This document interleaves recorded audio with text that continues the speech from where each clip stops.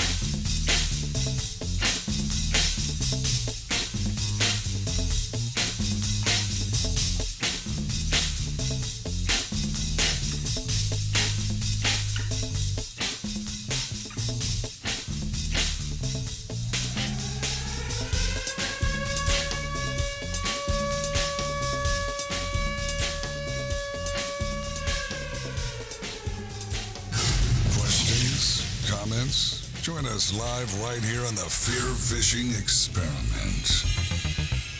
Tonight on the FearFishing Experiment, Ian has not been ice fishing. Dave Bairstow and Matt Hubble are in the house. Bassmaster Elite Series is about to fire up on the St. John's River. This and so much more coming up next on the FearFishing Experiment. Suspicious activities and call 911 for immediate response. Expect delays, searches of personal property, and restricted access to public buildings. Expect traffic delays and restrictions. Oh, jumping, that's a football miss on a smallmouth bass. Hold that up. Shot. Oh my gosh, that's a big fish.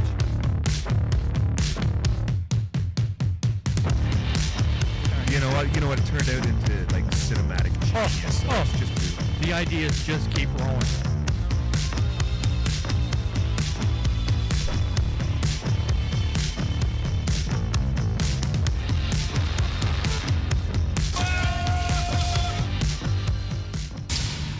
Navigating your way on and off the water. Now, here's your host, Ian West. Good evening, folks. I'm Ian West. Welcome to the FearFishing Experiment number 99. Wow, I almost messed that up. Saved by the bell. Ladies and gentlemen, welcome to the show. Number 99. That's awesome. That's an accomplishment in itself. Yeah, That's a big number in hockey. it is. It too. is. Hey? Anybody listening, get your questions, comments in on the YouTube. Amber and Sean are monitoring it. Sean is on Facebook, and you need to comment On on the- the original feed. That's right. And everybody go to the iTunes and subscribe and leave a comment. Like, Yeah. rate and review. Rate and review 5-star. If you're not going to do 5 stars, get the hell out of here. Ask a question. Pumped up. Big moves have been made. It's been a pretty good weekend, eh? It has been a really good weekend. For anybody who doesn't know, I'm Ian West. Welcome to the show. First time viewers. Go ahead, Mark. Mark Hunter. And I'm Amber Philp. Sean, Yo, what's up? well, I'm busy over Glad you here. could I'm make it. Facebooking. I'm Facebook. Wow. I'm Sean McCall. And as always, producing. Yeah. Woody, welcome to the show, buddy. Yeah, nice to see you all. Nice to see you as well. It's been Can't 2 really weeks. see him. It's He's been a always long so time. polite, eh? There's The a rest of monitor us- in the way. You can't. The really rest see of him. us are like crazy people, and Okay. Woody's always just so calm and collective. Don't Hi. forget, we need a. Are we doing the Doing the what? what's What are you talking about? No, sorry, either. Sean. I'm getting distracted by Sean. Sean is like taking over the whole corner. Yeah, just yeah. like arms out. I'm busy over He's here. like an all right? Italian social media guy. His arms are flying. I'm doing stuff, all right? I'm doing The stuff. final thought. Are we doing the final thought? Yeah, at the end. Yeah, I know. I'm just saying. I'm warning everybody to make sure they got a good final thought. No, Compete with everybody Woody. everybody. Yeah, Woody has good final thoughts, but everybody has it. You're the only one who seems stunned every week. No, No, I'm it pretty happened. stunned too. Yeah, it Last- happened I just last don't week. expect it at that. It just comes by surprise. Well, that's all I like to do. I like to Yeah, just, it's just like, throw boom, it we're out done. I there. just wrecked it. Say, boom, we're done. Anyway, it's going to be a smasher of a smallmouth show. We got some of the 2 Ontario hammers in the house. I was lucky enough to go out with Dave and to find Matt's spots. I'm looking over, forward to learning last some fall. of their secret And, tricks. So it's going to be good to share it all with you. That should make Matt happy. And not only 2 hammers, 2 really, really good guys. Super too. dudes. Yeah. And part of the Daiwa team. Part And of the Daiwa. Ponderosa owner. Ponderosa owner. We're going to talk to him what it's like to manage the game farm. Yeah. It's going to be an exciting show. Sean, what's going on with the hat and the hair? What? Lose that hat. No. Show everybody at home what's No. going on. No. Eat it. You know what? Take it off for 1 second, and if people No. want to say hat on or hat Oh, off, come on. I'm okay Sean with thinks that. You're killing me. it We'll go looks with the like crowd. Robert Redford in Grizzly Adams or whatever that movie is. Caveman. Sean was supposed to get it trimmed up last week, but he didn't make Tatasco it. called me McDreamy today. Aw. Yeah. wanna- We're hanging man. out tomorrow. We're Are going you? to do a little fishing. Yeah? We're going to do a little river fishing. Sweet. Yeah, I heard you talking about that. Yeah, yeah. I'm I working. miss Chris. The I haven't Polish seen him in a Prince. long Yeah, time. he's a good guy. He is a good guy. He's always up for a good laugh. Good one. He always he doesn't say a lot, but when he drops a good one, he's like Marley. What do you mean doesn't He say slides- a lot? He never Well, shuts well, up. like, Slides them in. like he slides them Rock in. Chris. Well, like Chris does talk a lot, but he's very good on timing. Marley's very good at timing too. Marley knows when to drop the bomb. Okay. Tatasca is known to do that as well. Quite often. quite often. Over the weekend, we did something big. Yeah, we did. We went and did our PALs finally. Yes. We are halfway there to being gun hunters. Pretty well aced it, eh? It was. Yeah, What do we you mean did. You're halfway there. What's The best next marks step? I ever got. Well, we got to fill out all the paperwork, Yeah, and the you- RCMP still has to approve this. Yeah. You know, for anybody going to do that course, don't dread that course. That course is so knowledgeable, and they pound it Yeah, they into do. you. For sure. Yeah, they You do. really got nothing to worry about. You guys were like, oh, you're kind of worried. I was wasn't. like, hey, I wasn't. don't. You worry were about it. worried you went and got your test Dude, back. I'm an honor student. You think a little gun test? You went is and got gonna- your test back and put the wrong answer on it. Yeah, I did. I second guessed myself, and I should have went with my gut. It was Well- like a two-part question thing. I should have focused on the first part of the question, not the second What- part of the question. And What was yeah, Sherman's first name? Brian? Brian, yeah. Brian, we did with Brian Yeah, Sherman. really, really good guy. So Danny Fry, who is My favorite teacher of all time. local legend. Like when I was a kid, if you wanted to do the gun course, you had to talk to Danny Fry. He came in to correct our test. yes, he did. Super great Good guy. on him. Yeah, Good on him. Super great guy. He probably just can't leave it alone. No, He loves he, it. He's doing. He told me he's been doing it for 33 years. The Yeah, gun, Wow. something like the that. gun Yeah, course yeah, and hunting yeah. course. Wow. He's Yeah. the man in that area. When I was a kid, like everybody would talk about Danny Fry doing the hunting course. So did you have a chance to talk to that guy? I did. We had Yeah. at the end Yeah. we had a discussion with him, and Did you ask him how the numbers are for people taking the test now? To it's compare not to as 5 it's years not ago, like 10 years it ago? was back in the day. No? Classroom. We had 11 people in our class. Yes. We had two young guys. Shout Yeah, out to very young. Shout out to Jake. Did Jake? I'm sure he's watching. Yeah, Jake who? sat with us. He's a good don't know his kid. last name? I bugged Yeah, him a way to little throw bit. us We out. bugged each other, right? It was good. Was Did he you in get high- him to how sit old on your was he? knee? No. 15. Yeah, he's a bit. He's not- He's is he Emma's Scott friend? Walton's Oh. former nephew. Okay. Former? Yeah, from the first marriage. Oh, Scott's on to his third marriage now. so he's out of the family. Yeah, but he still likes Scott. I asked him if he was a redneck, and he goes, He his family yeah. runs the Brighton I said, Speedway. well, grow a beard. Oh, cool. Yeah, his family runs the Brighton Speedway. He's the 15-year-old driving the dump trucks and Yeah, get the ripping track around ready there. and that. Oh, good for him. Hard working young So man. hopefully he'll hook us up and we can go to the Brighton Speedway. That would be awesome. We got to hook up there. We got to do horse races too. I love horse races. Mm-hmm. There's something special about Yeah. ponies. Jonah and I are going to do the Queen's Plate, I think. Oh yeah, Yeah. Are you? Thank you, That's Amber, because during- she's been asking me to that's go. during So that's during the bass season. That's during the bass season. I just don't. No, you know what? I might go because I went to the horse races down south. It was kind of. I love horse We racing. need somebody to pick us up though. those 'cause I don't wanna jockeys are drive. so damn cute. When is the Queen's Plate? I have no idea. Well, if it's July. not during bass, July. July. I thought it was July. Yeah, if you guys want tickets, let me know. Yeah. Yeah? I've been to the Queen's Plate. My uncle actually trained a Queen's Plate winner, Mikey Fox. Won Yeah? the Queen's Plate. Yeah. Jones he's got a hookup for fascinators if you need one. nice. Mm-hmm. Yeah, my What a uncle, my fascinating great guy. uncle, trained Mikey Fox, who won the Queen's Plate, and he won it with 2 shin splints and a hernia. That bugger run like the The horse? yeah, and that Wow. bugger run. Sounds like a movie in the making. Yeah, he's a good horse. Tomahawk. That's the other one. They own 2. He works for Firestone Farms, or did work for Firestone Farms, like Andrew Firestone's family. Mm-hmm. And he's the stallion manager. But before he did that, he trained thoroughbreds. Very There's close some to it. money Very in horses, interesting eh? life. Yeah, he's There's living big high. money in He's the I haven't seen him in a long time. I think the last time I saw him was probably at my grandfather's funeral. But my uncle Gaius, who's probably 70 years old now, looks like he's about 42, and he wears $5,000-$6,000 suits. And this is where I got it from. He's a cool cat. He's he's a dude. He never wears socks with his suits. Like he was Oh like my in God. Thanks, he was in Uncle his Gaius. he was in his late 60s, and he looked like he was in Hollywood. Really? And I noticed that he didn't wear socks in his and I never did it again. Mm-hmm. True story. Shout out to my uncle Gaius. Cool guy. I bet Very You don't wear socks in your dress shoes? no. I don't wear socks in any shoes unless forced upon. Wading boots and hunting boots, that's it. I hate socks. Yeah. I hate sweaty feet. Wow. I like flip-flops. I ask Amber, even in the snow, I take the dogs out in the flip-flops. Yep. True story. True story. And other than Brother's that, like that. He's always wearing Crocs. My I brother, wear yeah. Crocs. Yeah, your brother got me onto camel the Crocs Crocs. too. Yeah, shout out to my brother. He just got Hey. hired on with Clarington Fire. Hey, today. shout Yeah, out. he did. Amazing. Full-time firefighter. Well done, Miles. Congratulations, Proud of you, Miles. brother. This is just Proud a of you, show man. of congratulations. It is. Yeah, he worked his tail off for the He last did. 2 years. He It was did. it was the hardest thing he's ever had to do. Nice. And he studied, trained, came in the top of all his classes, top of all the scoring. He Of course he did. Remember that time we went ice Unbelievable, fishing yeah. with him?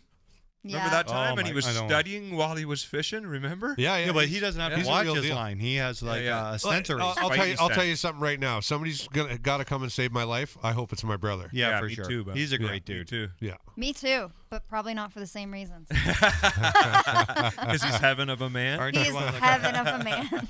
Hold on here. We had Bearded Hits Fishing. I can hardly see that. He wrote on his Instagram story today. Somebody asked him who his inspiration for fishing was, and he said it was us. And Really? he got into tournament fishing. So he shout out lied to him. you. Nice. He- Oh, you're destined for greatness, man. So, yeah, so he's into tournament fishing. Shout out for him for sharing that. It kind of that's made good. my day to That's read awesome. Oh, that's awesome. Yeah.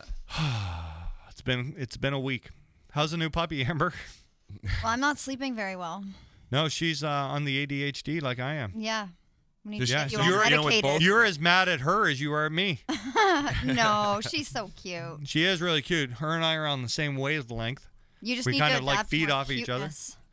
You know what? That there wouldn't be that breed if they weren't so cute when they were puppies. I'll tell Yeah. you that much. She's so smart though. She is very smart, which is part of the Like, problem. 13 weeks she was trained, rang the doorbell at the Yeah, back she'll door. go to the back door, sit, and if you weren't there in about 30 seconds, she'll ring the bell to go out to the bathroom. Yeah, that's my dog. Does Yeah. It that. only took 2 days to housebreak her. Yeah. Yep. Wow. Yeah, You have a bell? yeah, we have a bell on the door. Yeah, we Shows trained, how much you pay attention. we trained our dog to do that too. Yeah, What a pain in the ass. Chili does it when it's nice weather and she just wants to go out and chase Yeah. squirrels. they've been having a great time. So we're on the training. so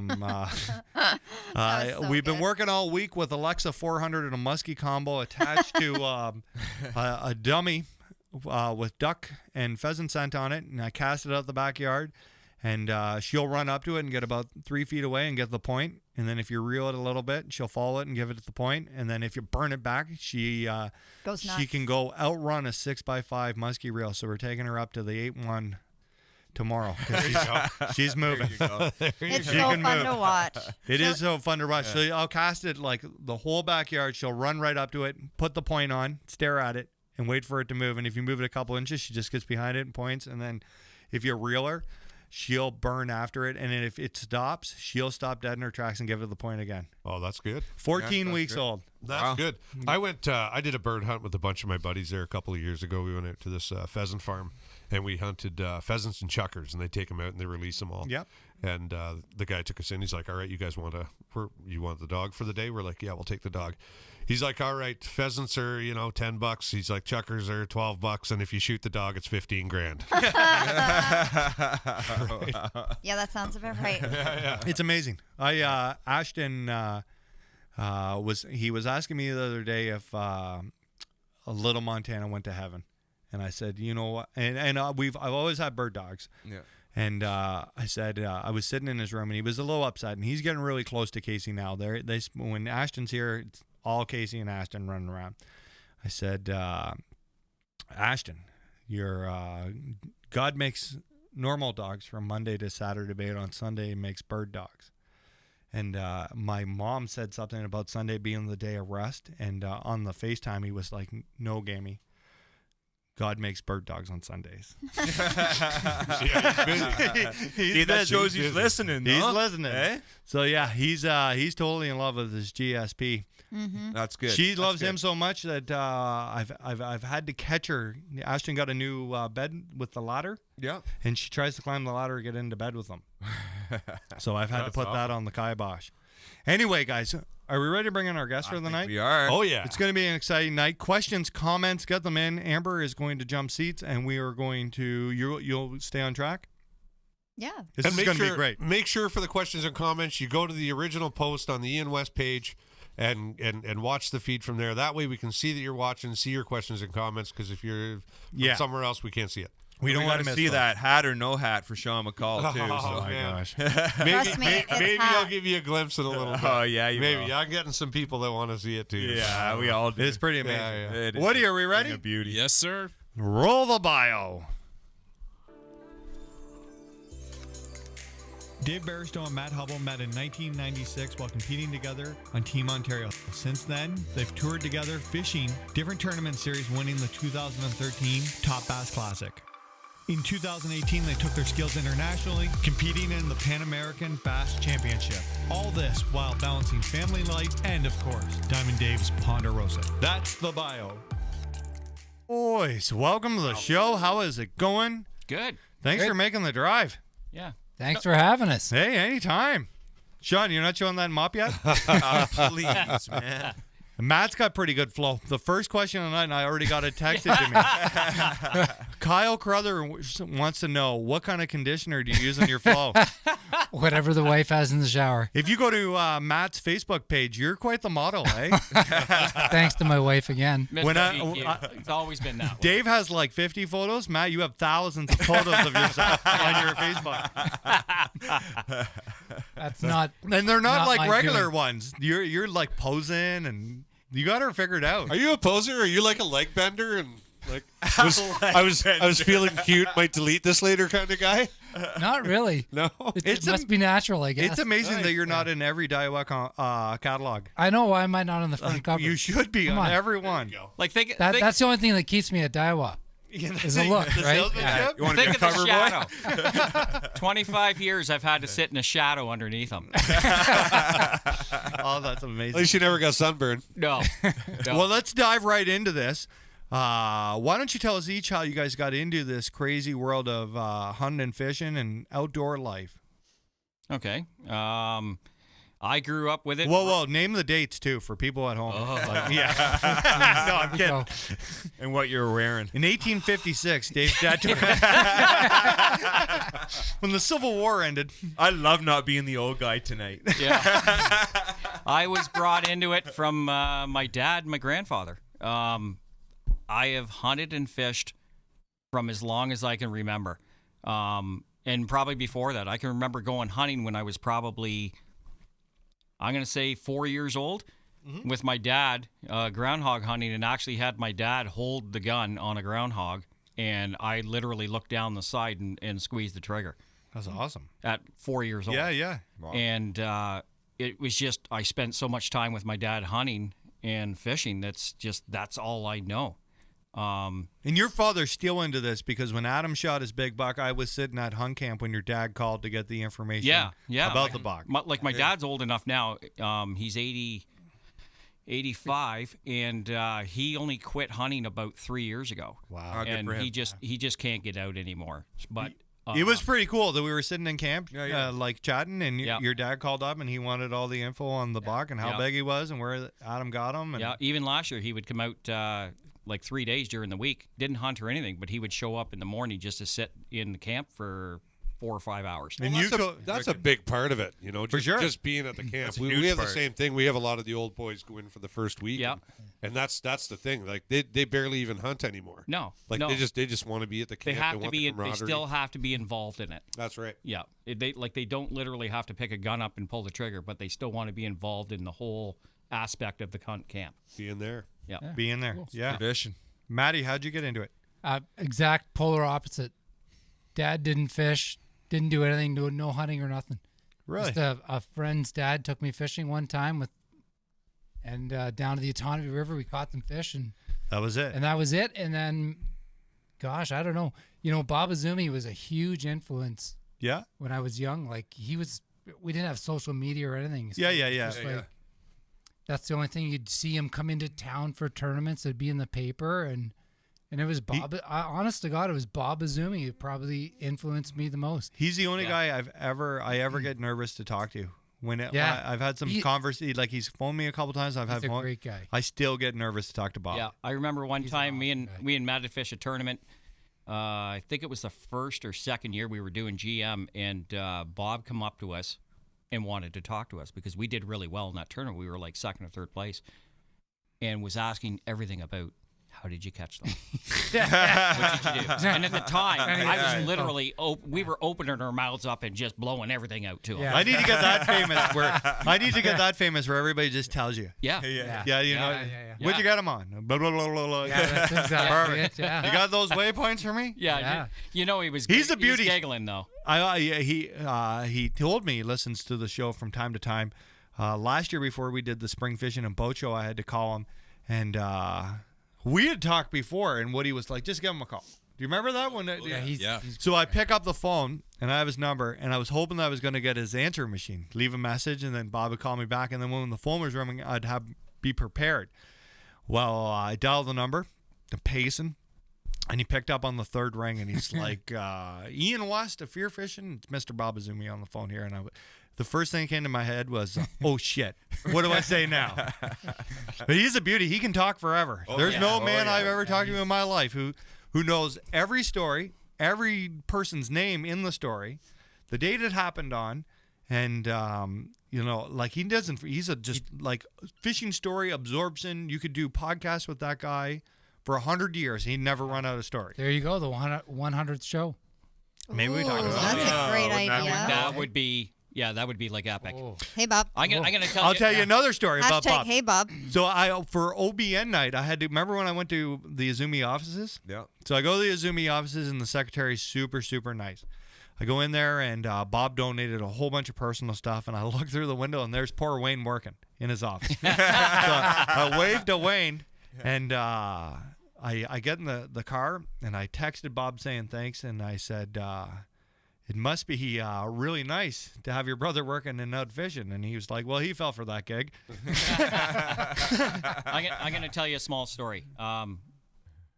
It was a GM Classic. We were fishing in Peterborough and ran out a little lake, and there was piles and piles of people there.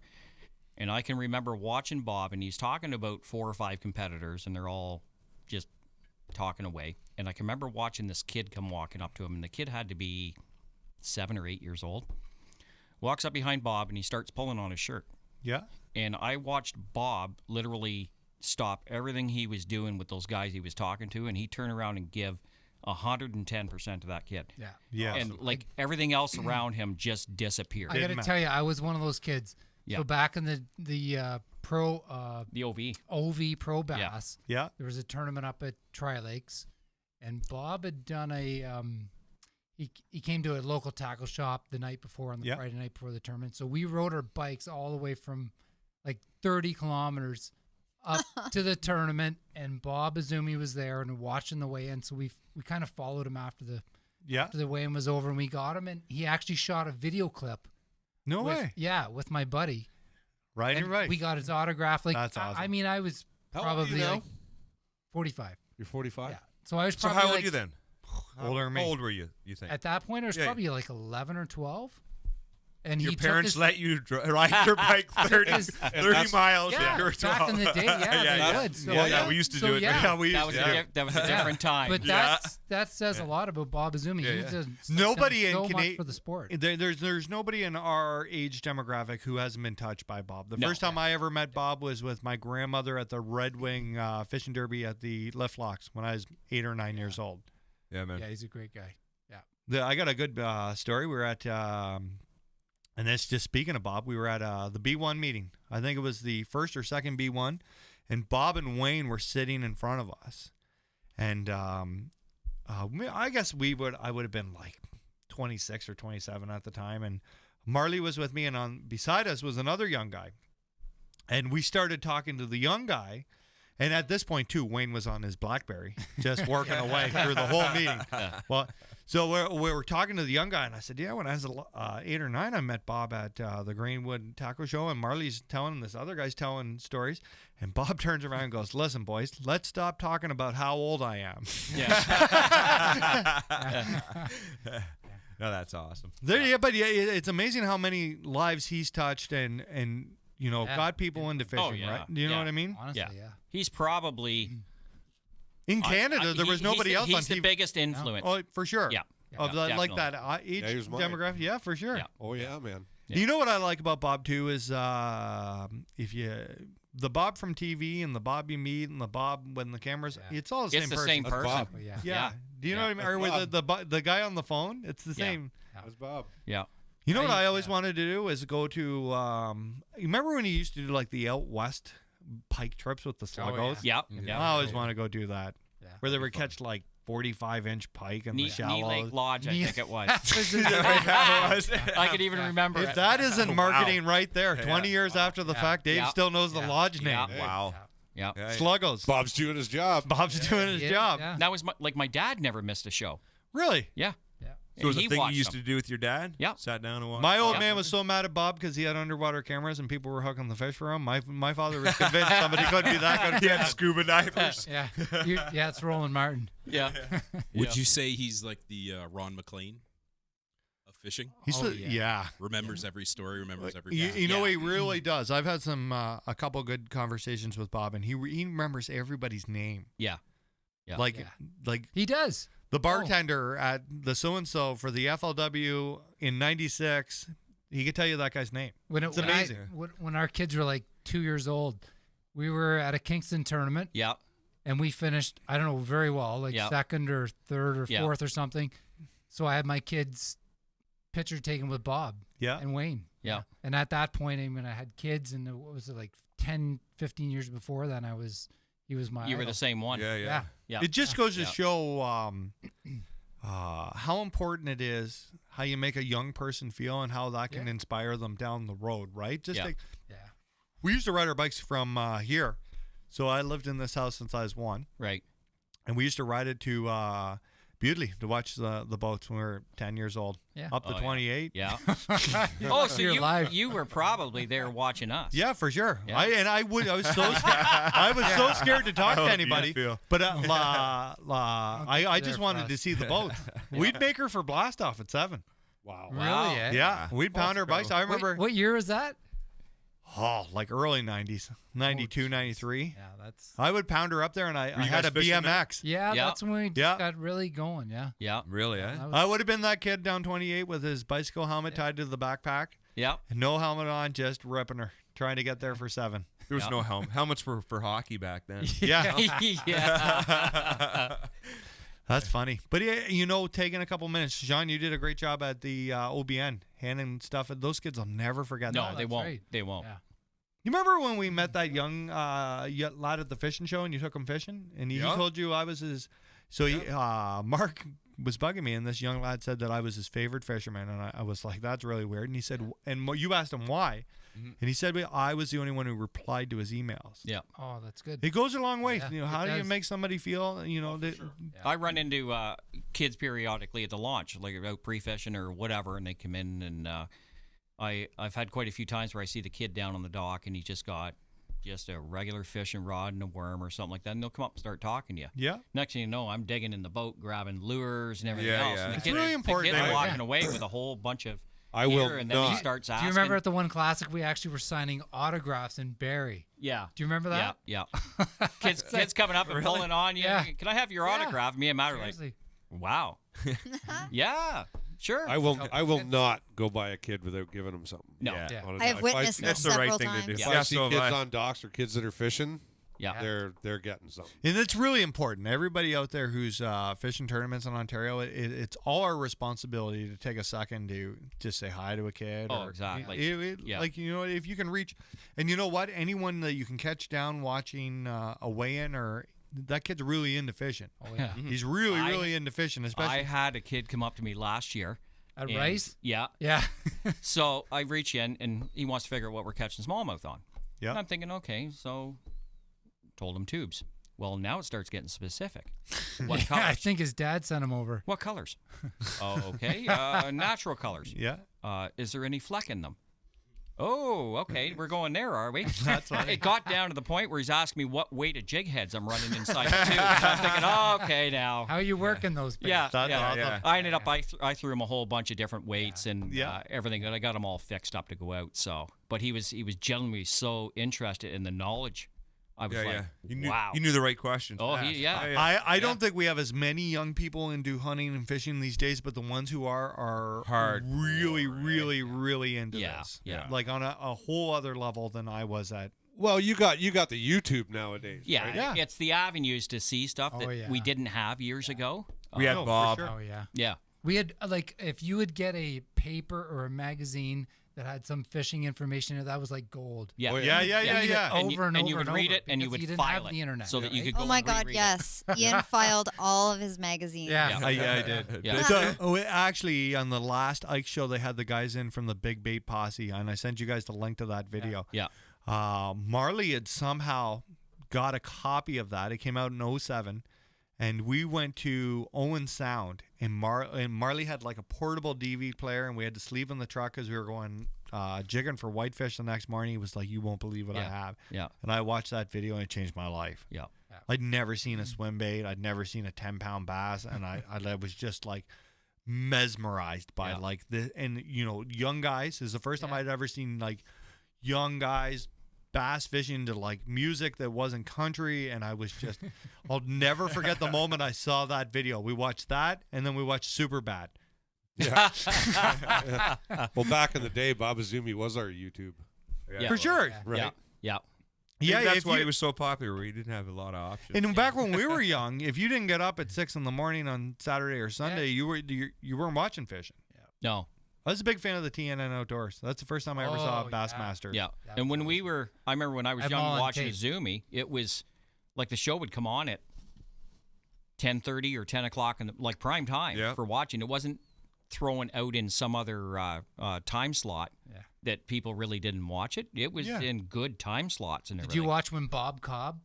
Yeah. That man- I wish they'd bring him back. That was He's the awesome. first time I'd ever seen bass tournaments, and I can remember watching Kevin, and they had like the neon pants and like the shiny like jackets, and I can remember that. I watched that. I was really into that. I was really into Jim Shockey. Yeah. Like as a kid, and my dad didn't hunt when I was a kid or anything, but I remember I watched Buckmasters. Yeah, Right, Buckmasters. but like when they were hunting in Alabama, like just.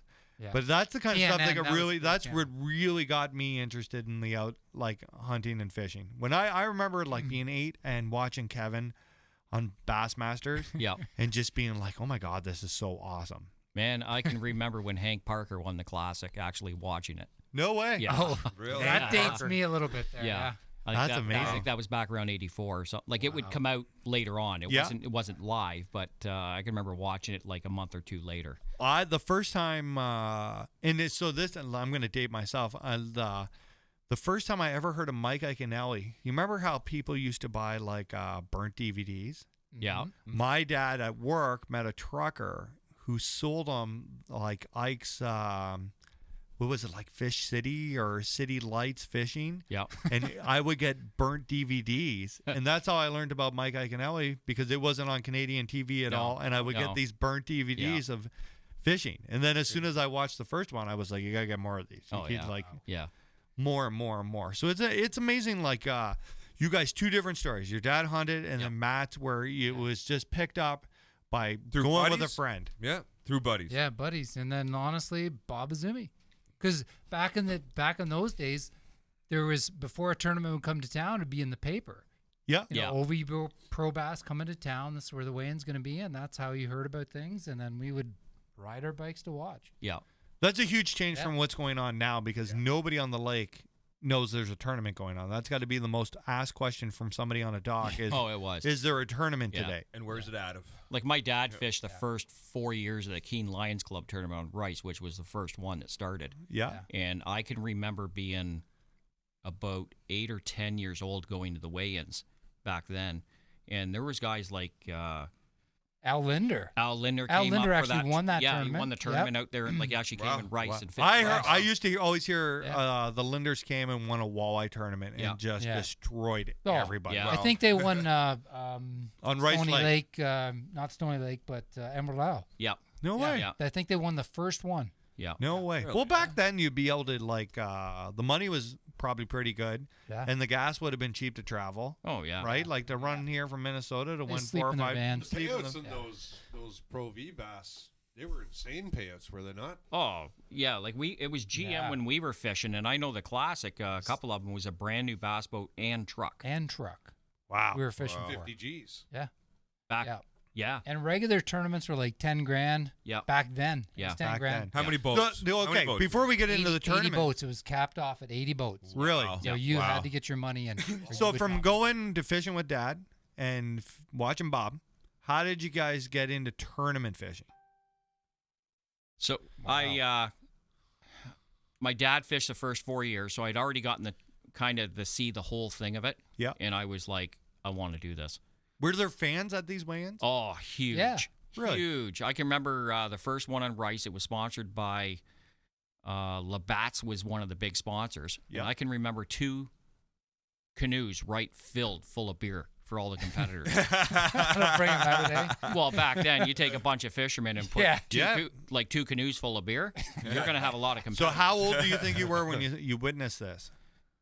I had to be 8 or 10 years old. I've got some of the photos. I should have brought some and showed you. It was, And you saw the weigh-in, you Yep. saw the excitement, Yep. and then that's when you caught the bug for that. yeah, I was like that. Okay, I want to do that when I get a little bit older. And I think I was. Look at all the beer.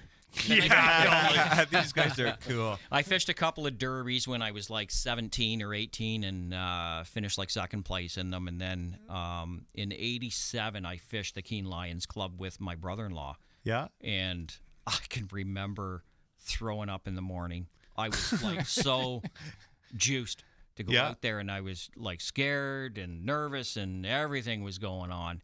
And Still happens. fish. I'll bet it's not from nervousness though. But I got the bug right then. That first. What kind of boats were you running then? Like what did you have for a boat? Man, I built a bass boat. I bought Wait, bought how'd a you get 14-foot into? aluminum boat and built it all myself. Yeah. Yeah. And that's how you got Yeah. started into I ran the whole thing. Ran a 14-foot aluminum with a 30 on it and a homemade deck with green Yeah. indoor-outdoor carpeting. AstroTurf? Oh, yeah. Yeah. Yeah, nice. Indoor, outdoor. Yeah. Mine was red. That's awesome. I had a transom trolling motor that I'd spun the head around and had it.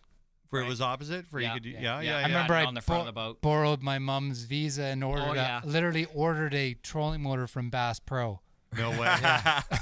He used to, That's awesome. Just borrowed. Yeah. The He used- borrowed. he used to order That's stuff amazing. every Borrowed. I just wrote her number down on a piece of paper, and then I would just use it. I Every- mean, I was a every good week. kid. I paid it off because I was working for my dad Yeah. during the summer, so I would pay her off. These are not the things you would hear about today, where some kid borrowed his mom's credit card Yeah. for a trolling motor. But he also figured out if you kept it under a certain dollar amount, you didn't get hit with duty. Yeah. So what was it, They- 20 bucks or 30 bucks Yeah, or what it something? was. Yeah. Yeah. So I'd have orders coming every week. Oh man! If I Do you did that to remember- my parents, they would borrow my head. Do you for remember my when you body. called in? Like Yeah. you had to go through the catalog and you would That's like it. Yeah. that's how I would get fishing stuff when I was a kid. That because when I was a kid, you like it was easier for the old man to order call up and order me the stuff I wanted out of the catalog than to take me to Gagnon's or Yeah. Barclays. But I can remember him being on hold with the Bass Pro Shops, and I'd have him like it all highlighted, Yeah. like Yeah. spinner baits, and Yeah. we was couldn't like get a lot of. Christmas. I really loved to river fish, and we couldn't get a lot of. Like I couldn't get a float around here, so I'd buy like all the Mr. Crappy floats from Bass Pro Shop. Yeah. Yeah, Amazing. It's like Christmas all the time, every week. I really forget. Like that brings back memories of how excited I would be to see that catalog show up in the Oh, it mailbox. was, I'd, Oh, yeah. I'd get it, and the first thing I would look at is all the aluminum tracker boats on there. Oh yeah. Yeah. And they were Yeah, the yeah. old, like mine were like 82 and 83. And they were huge, eh? Oh, Yeah. and it was like, oh, I want one of those so bad. I wonder if you can still call into Bass Pro and like I would place an imagine. order. It'd have to be. Like, I is would that still a imagine. thing? Yeah. Or do you I have would to go online? No, I think you can still call in. I would imagine. Yeah. Call in. Yeah. Yeah, I wonder if Canadians pay duty. Like if we called right now and we made an order to Bass Pro, is it coming from like Arkansas or is it coming from think it Vaughan is, Mill? yeah. No, it still comes out of Springfield, Missouri. Yes. Really? Yeah. Down south. Yeah. We should call them sometime. Try to buy a Bass On the boat. show. Just buy it. Try to like, hey, we'd like to buy a Ranger D521. Hey, can we borrow your? Oh, we're gonna get that in, Visa. and have them go like, Everything's yeah. expired. Can we borrow Still Matt's got that copy? number, Matt? So 96, you guys qualify for Team Ontario. Yep. And that's how you guys met. Yep. Did you Yeah. hit it off at the start? Yeah, so Dave's a super early bird. I'm a little bit behind the 8 ball in the morning. So he shows up in a Fiero. And A my Fiero. Oh, yeah, Right, man. rod's poking. I was wrong. I hear this thing pull into my driveway, and I'm like, and I'd never met him before, and I'm still in bed. So I'm like scrambling to get out. I'm like, oh God, he's here already. So go outside and meet him for the first time. We drove to Detroit. Yeah. In a we met Fiero everybody with in the fishing Fiero? gear. No. Pulling No, a boat. my truck with like a thrush muffler on a V6 Oh, the yeah. whole way to Indiana. Man, it was loud. I can picture right now. I see Joe Dirt in a Fiero with one T-bar roof off with the rod sticking out. Yeah. Yeah. Yeah, that was him. Wow. Did you have a That's mullet? how we met. What's that? Did you have a mullet? Hair, the like poison just blaring. Yeah, it was pretty close. Yeah. Pretty close. Yeah, we hit it off. Amazing. It Yeah. was great. Did you guys room together down there? Yeah, room together. Yeah, so we Matt worked was together. I was part of Peterborough Bassmasters at the time, and qualified in Georgian Bay, and he was with Boatland. Boland, yeah, that's right. But yet we lived closer than what the two clubs were apart. Yeah. He was in Hastings, and I was south of Peterborough. Yeah. Nice. Yeah. So they just figured out it was better for us to run together and room together and practice together and everything. And it literally, we hit it off pretty well right from the start. Yeah. Nice. Sweet trip. Yeah. As soon as Yeah. you So saw Matt, the your, Fiero, Matt, eh? your wife's super supportive, but she loves Hank Parker. Oh yeah, right. Yeah, Hank Parker's great. Yeah. You know what? That guy hasn't aged today. We see him I at the know. Classic. Oh, I It's know. amazing. He's got to be 105 years old. Yeah. He's got to be older in He's Roland, and he looks 30 years younger in Roland. Yeah. That would be the only show my wife would watch with me. Really? It's Hank Parker. Yeah. Yeah. Trilene. You remember him? He threw monofilament Oh, right yeah. to yeah. He's a Probably- stud. He still uses it. Yeah? Yeah. He I don't always even think does uses the it. $100,000 cast thing. Yeah. At the classic. Yeah, where you got yeah. you Oh, got to yeah. put it in like the bass's mouth behind Yeah. a truck while it's Oh, moving yeah. when the lights are flashing in your face. Yeah. Yeah. At Oh, 500 yards. At 500 yards? With 200 feet of line. Yeah. Yeah, the guy almost got it last year. He was close. He was Yeah, he close. was. Yeah. That's a That's man. a good opportunity. That's a pretty cool opportunity. I like Yeah. that. Yeah, that'd be pretty sweet. Yeah. Yeah, look under your seat. You know, if got a Hank number. had his own way, even if the guy missed, he'd look at him and say, Yeah, just take the boat. Just take the boat. There you go. Yeah, why not? It's kind of like the Bob is new me down south. Yeah, he is. He was like he had a great show back in the Oh, day. yeah. He's super friendly. I like Yeah. his when he did the hunting show with his boys. Yep. I think that was like near the end of the TNN Outdoors. Why would you ever change it from TNN to Spike TV? Yeah, I don't know. That's such a great network. Yeah. I remember watching Hank Parker and Ray Scott on Ray's private lake and everything, and they were just jamming. I probably have eights that and show on nines tape and- still. Oh yeah, you would. Yeah, you'd have to buy a VCR. VCR. Do you keep though. a catalog? Do you have a No. Marley has like a diary of every day he's ever gone fishing, what the water temperature was, and the like. Really? Yeah, That's like about doing scientific. Right. Like if we called him right now, he could tell us in Really? 2005 on November 15th what the wind was blowing, Yep. what he caught him on. Yeah. Now you can get apps for that. Yeah.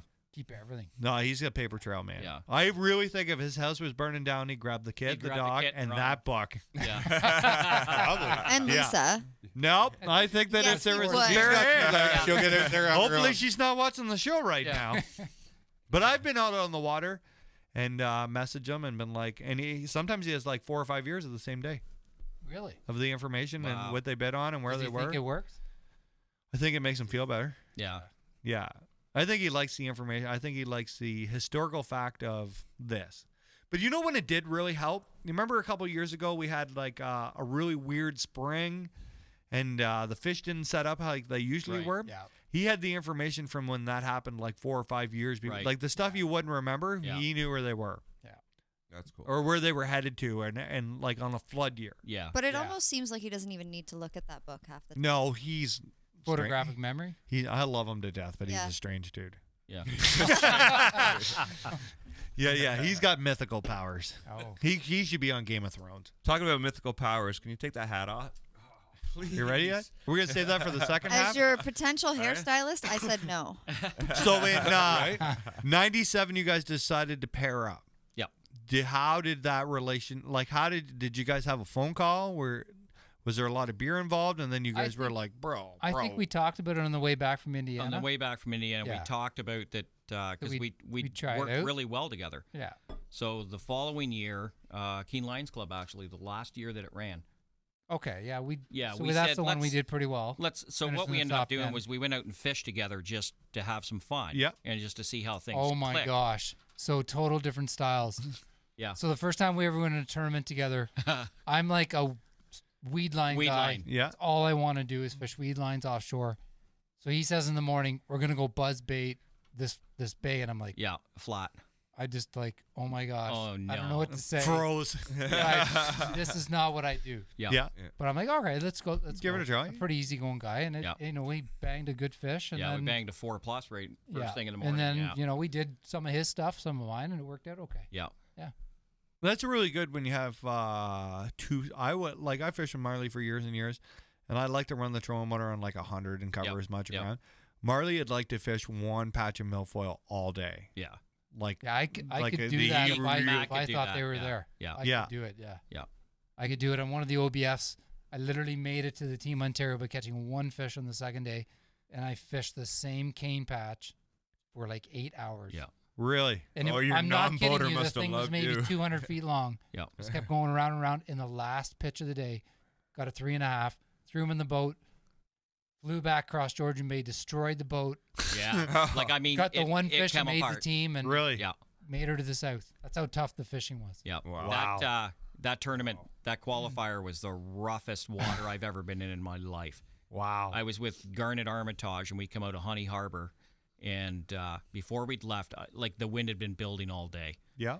And he looked at me, and he says, it's going to be a rough ride. Well, I was still kind of green to it in the big water in a bass boat. So I said, okay, what do we need to do? And he says, well, first things, we're taking the trolling motor off. So he unbolted the trolling motor off the front and put it in the lockers. He said, rods, everything's got to go down below. Really? And I'm like, now I'm starting to get a little scared here. Yeah. We come out of Honey Harbor, and no word of a lie, there was 10 to 12 footers. Wow. And we followed a couple of big cruisers, and we get about halfway across Georgian Bay, and he looks at me and he says, we've got to pass these cruisers. He said, we can't follow behind these guys or we're going to be late. Yeah. Wow. This is the same tournament. Yeah. So we ended up passing them. We made it into Midland, and I can remember coming off plane, and I lifted the lid on the live wells, and there was no water in it. Wow. No. Now, for anybody listening at home, this like canceling events or miss it, like that didn't happen back in Not the really, day. No. No. Really? That was the same event, so I actually split the live well open in the boat. Yeah. The same boat as him, got back, and there was no water in the live well. The one Really? fish. Yeah. Yeah. Because I was going so hard to get back, it split the live well open. Yeah. That was the end of that boat. It went back to the factory. Yeah. They're good enough to replace it for me. Now, like in MLF, they have rain delays. Yeah. They cancel days. Yeah. But back in the old days, they didn't cancel. No. They went. No. Like you Unless fished. it was a hurricane or a tornado or something. The only problem with that one is it wasn't bad in the morning. Like, it was runnable. Yeah. Oh, in the morning was By the fine, afternoon, there was they were 70 to 80K winds. Yeah. I was up in Matchadash Bay. Yeah. And they shut down And they the shut it channel. down.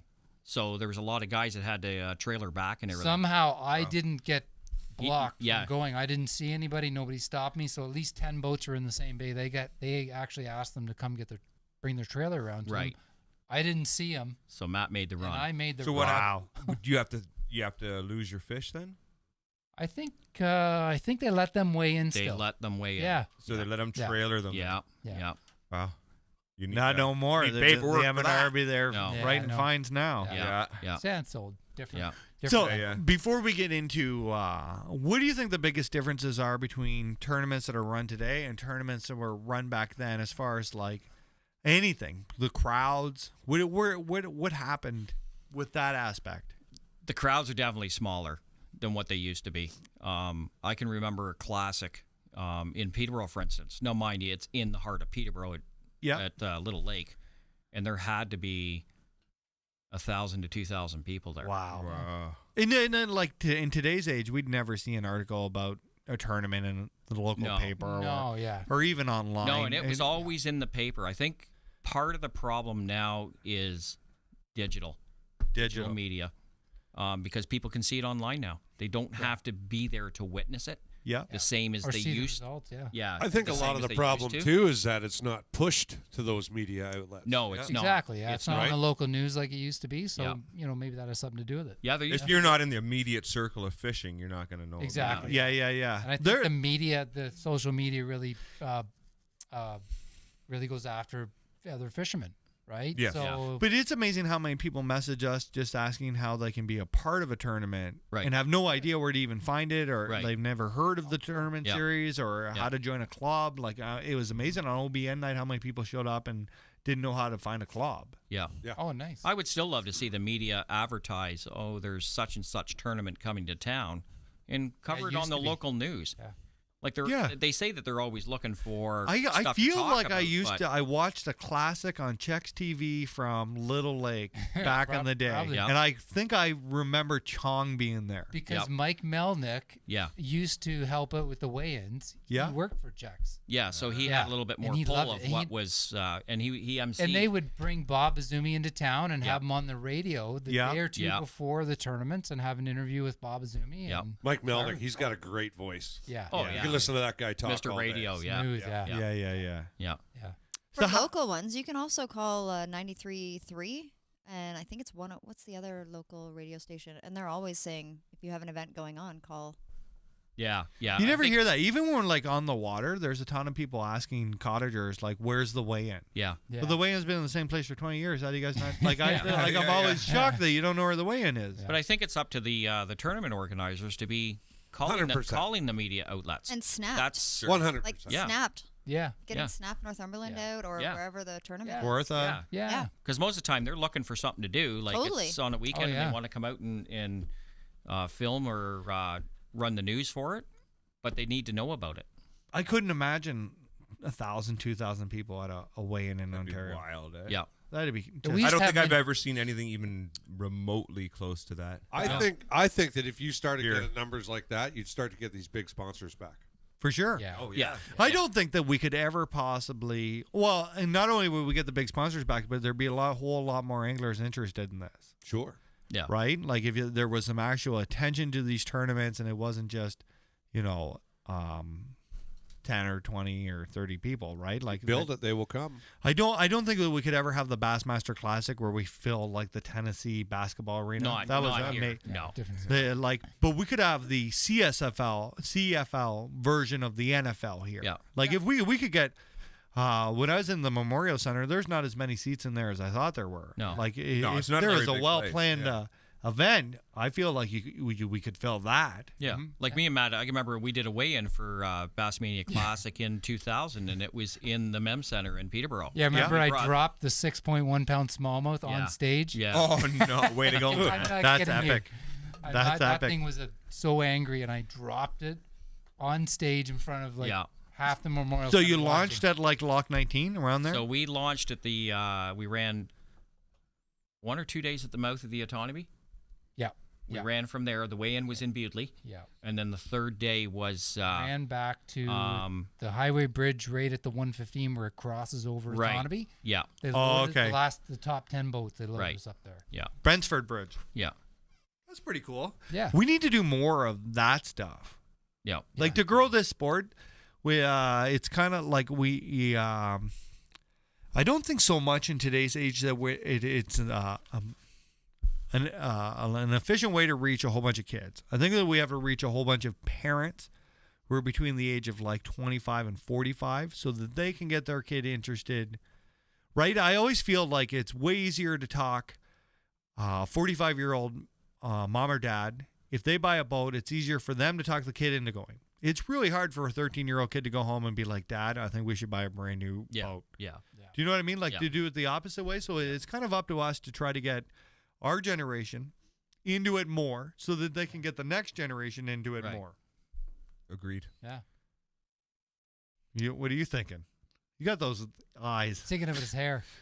No, I'm Still thinking of gonna his add and hair. everything. He didn't hear anything. All he heard was hair. I got a question. Yeah, you got a question? I do. DB from YouTube. His daughter is still stoked from seeing you guys at East Hill, meeting you and seeing the truck in the Nice, yeah. air. Yeah. My truck in the air. Unfortunately, he got divorced and had to sell his Oh. boat. Oh, no. So he's looking for some shore spots. I'm not sure where he's from, though. Well, shore fishing's becoming a tough little gig because they're shutting her down more and more. Every time somebody gets upset about a guy on shore, they shut it down. You kind of really got to dig. You got to like I don't want to like list out shore spots because it won't be a shore spot anymore. Rice has got quite a few of them. Yeah. If you basically look for a road that dead ends to the lake.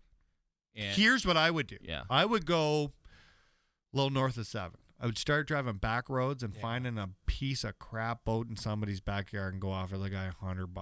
Yeah. I'd roll that. A good thing. shore spot is that spot right at the bottom of Pigeon Lake as you drive right by Omimi. Omimi, that's a good one. Right? That's a really good shore Yeah, spot. if you just want to can catch fish under the bridge. panfish or if depends there's what you're after. panfish, but bass, panfish, walleye. You'll get everything right there. Yeah. That's a great spot. Man, I can't believe she took the boat. No, She he had to sell He it. had to sell the boat. She didn't. Well, take yeah, the just- boat. He's 3 years away from another one, he said. Well, that's not that long. Time. Nothing. Yeah. It's 1,000+ days. All I know. Just count it down. That's Man. longer than last. Yeah, here's the January thinking of went this, by. and maybe this will help here. You remember those float tubes? Yep. That were Oh, like yeah, huge I in the thought about 90s? getting one. Yep. Yeah? Yep. Yeah, there you go. Get a The float belly tube. boats. Belly boats, yeah. Yeah. That was a big thing, like a huge thing. Yep. Yeah. Canoe. Roland used to go I wouldn't use shiner fishing on Okeechobee I with would those. not Yeah. use that in Florida after fishing What? down No. there. No way. Yeah. No way. There's all kinds of No. videos. There's videos of Roland Martin. Did he really go out in Okeechobee? There's with one of those? all kinds of videos of Roland Martin and a set of waiters walking around the swamp catching giant. Like, do you remember that? Yeah. Like the camo Cabello waiters on holding. We were down in Okeechobee. Yeah. And I've never seen more alligators in my entire life. Oh, I know. I than know. Yeah. Okeechobee. I don't I think feel the not numbers small were ones either. No, they're Like 12-footers. Yeah. Oh, yeah, big ones. And you're sitting down there, and all you hear is one of those big males or whatever start Yeah. a big growl. Yeah. And you're croaking like, away. Oh yeah. Yeah. We pray to Roland in the boat for one more fish. Yeah, I we don't do. think he worries about alligators. Yeah. He'd probably wouldn't wrestle do it. First Yeah. time, Knowing Roland first time Martin. I was down there, I was out with a guy, and I remember I caught like a 3 or 4 pound bass, and let the fish go. Put my hands in the water, start washing them and clean them off in the water. And the guy's going, "Holy Jesus, get your hands out of the water!" And I'm like, "What are you talking about?" And he says, "Gators." He said sometimes they'll follow the fish to the boat. Yep. Wow. And I'm like, after that, it was like, yeah, I think I could use a rag like everybody else. Didn't you catch one on I a caught a frog? gator. Yeah. On a frog? Yeah. I caught one down there I just too. got goosebumps. Yeah. Like that. Yeah, weird on a feeling horny right toad. there. Yeah. Not cool. Yeah. Nope. Wouldn't that be awesome? Yeah. No. It's nuts. No. That would not be I've awesome. seen Trying to man get it off. eaters down in Winyah Bay. They would eat you. They were like 10, 12 feet. Yeah. The only alligator I have ever seen in my life was in the tree stand at John's house in Texas. On the so I was in my tree stand pig hunting, and the Yeah. Sabine River Yeah, yeah. was behind us, and you could see where they've been like the pigs have been eating, and the belly slides. Yeah. And I was sitting in my tree stand, and I watched one just like slowly float down the river, and I was like, "Oh my God, where am I?" You should have ran down and did a belly slide in. Just grabbed him, Yeah. shirt off, Yeah. right out of the tree stand. Yeah. That would have been probably if I would have had a cameraman, that would have been what I did. Yeah. Sean would have. Remember the time when you saw the snake there? Oh my God. I've never seen so terrifying. You jumped up. You were 3 feet off the I ground. watched your him. whole bottom of your half Dude, turned before in the his top half flip-flops. It was a started running. 28-foot snake. Yeah, yeah. Standing So straight they up had at- like it was like a gate, and but the gate had like It had like a runoff thing. yeah underneath it. Great. So And I'm water like, could go through. Mark, go out and open that gate, and he's got his flip I got my flops flip on. flops. I don't have my hunt boots on yet. And I see him jump. And I've never seen anybody in my life jump and run and turn in the air and like. Dude, I swear to God, this thing stood up like. And that, then he comes scared back to the living truck, out of me. right? And he's like, Give me the He's camera. like, I told him, I was like, go take the camera and try to film him. And he went back. Oh yeah, I said, "Give me the camera. Give me the camera." And Yeah. my boots. But he was gone. I remember Yeah. it was 3 or 4 years ago. I was down there in Florida, and me and the father-in-law go golfing. So there's about a 10 or 11 footer just on the side of one of the ponds in the golf course. So my ball lands right down by him, like literally 2 feet away. So I go down and I'm like, So I give my phone to my father-in-law, and I said, "Can you take a picture of this? I'm going to go down and drive this ball right beside this gator." That's awesome. And see if I can get it all on That's balls deep. picture. That So I is. go down there and I'm like just creeping up to him, and I'm watching, and I'm thinking he's probably not going to move because it was kind of cool. He's kind of docile. And I get down there, and it was one of those swings. I still have no idea where the ball went. I just went down and swung at it. So I come up and I said, "Did you get the picture?" He says, "Oh yeah, I got it."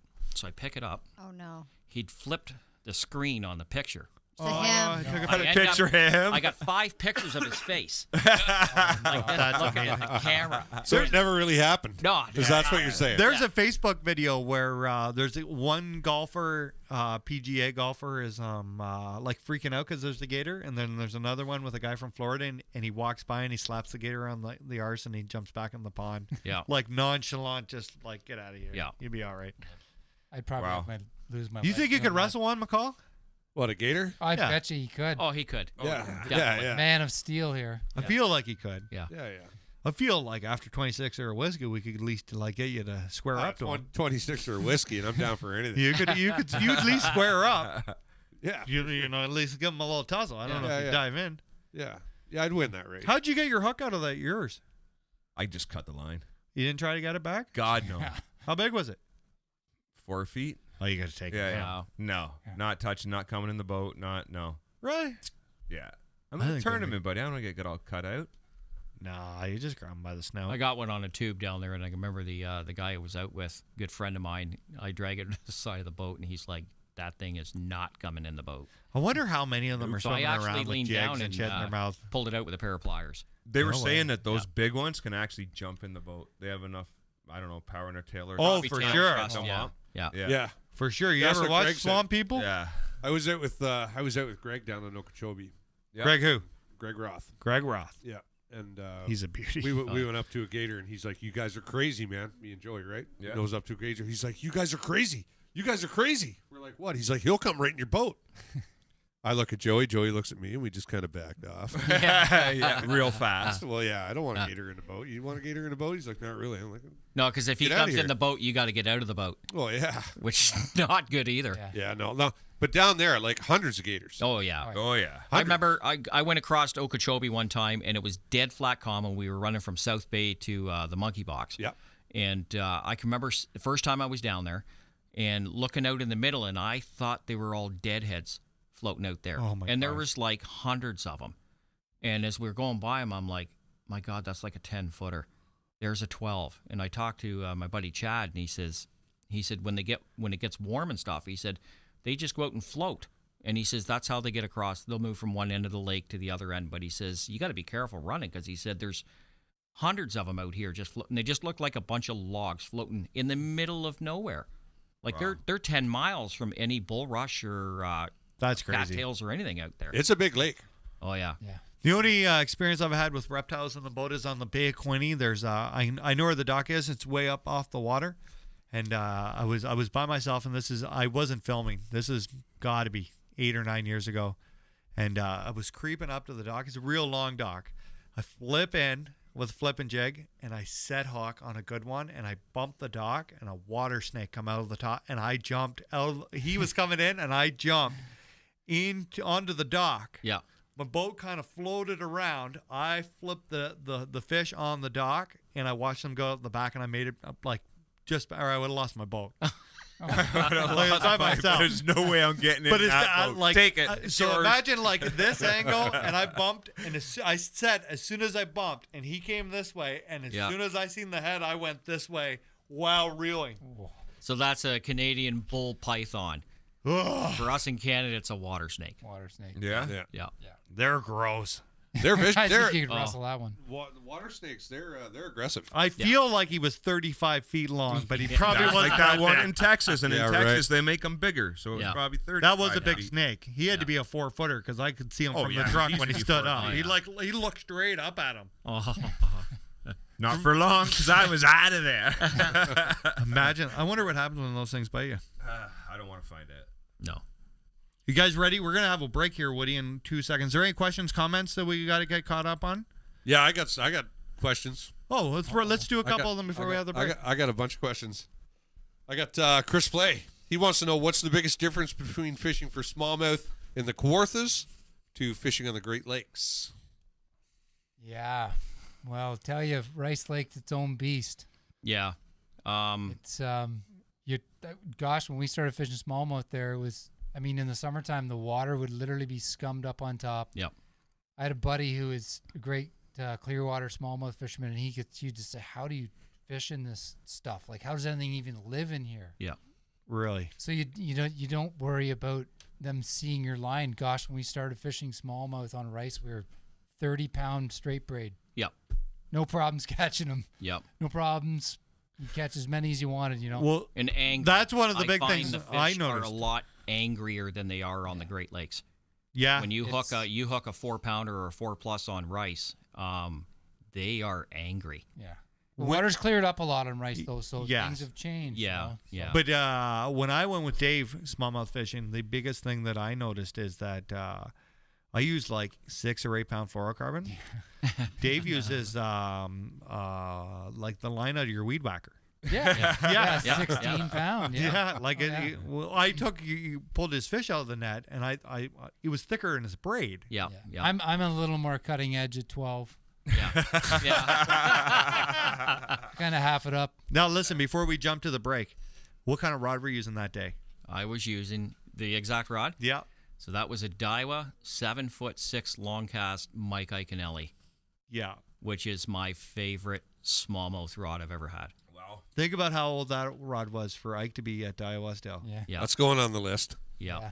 I sent it to Carpenter, and Carpenter's like, wow, I haven't seen one of those in forever. Yeah. Yeah. It was. He has like a 7-foot Iaconelli Daiwa spinnerbait rod. Right.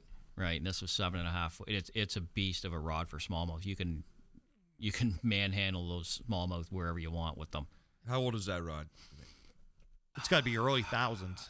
No, it's probably 10 to 12 years old, I would be thinking. Yeah, close. Somewhere around Probably, there. 2008? Yeah. Now, we're going to have a break, but when we get back, I have good information that you two really were some of the first ones to ever use your electronics to their potential to find these smallmouth. Really? Yes. Ooh. We are going to get into electronic talk. We're going to knock you out with the rapid fire. It's going to be good. You don't want to leave. We're going to be right back. We are actually going to play the video of Dave and I fishing on Rice Lake so that Matt's even matter at the end of this conversation. We will be back in just a few. Get your questions, comments in, and we're going to do that when we get back.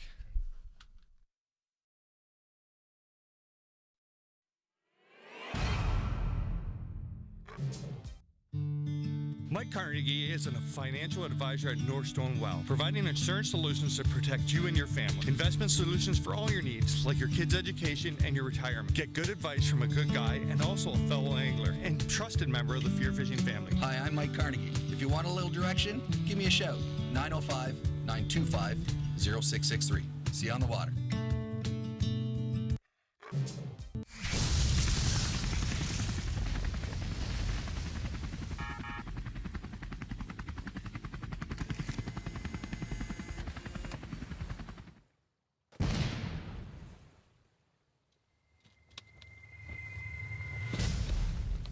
Jack Links people find me. Look at this. Look at all the Jack Links. Just arrived on the water, loaded up for the rest of summer. Cases and cases of Jack Links beef jerky. I think we're ready for a little fall fishing. Nothing better than jerky and fishing.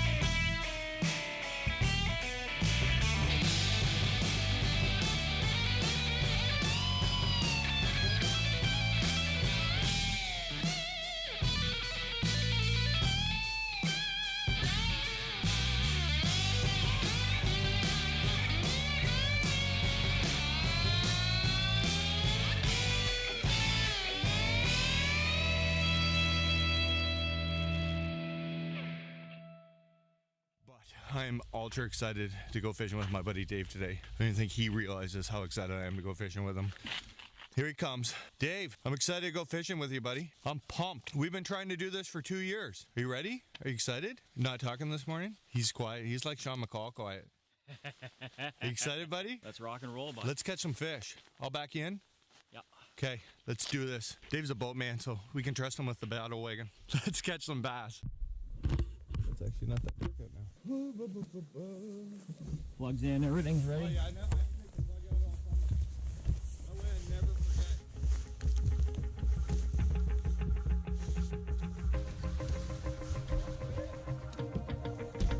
Wanna shake the ground, wanna break away, let loose. I'm tired of waiting, gotta make that move. All the neon signs, now they shout to me and you to write our story. Wanna shape the new. Do you wanna come along with me? Come along with me. Do you wanna? And we ain't got nothing, gotta do something, get it right. Gonna keep on running, grab the fun and live it light. And tomorrow's far away, should I let the party fade? And we ain't got nothing, gotta do something, let us all tonight.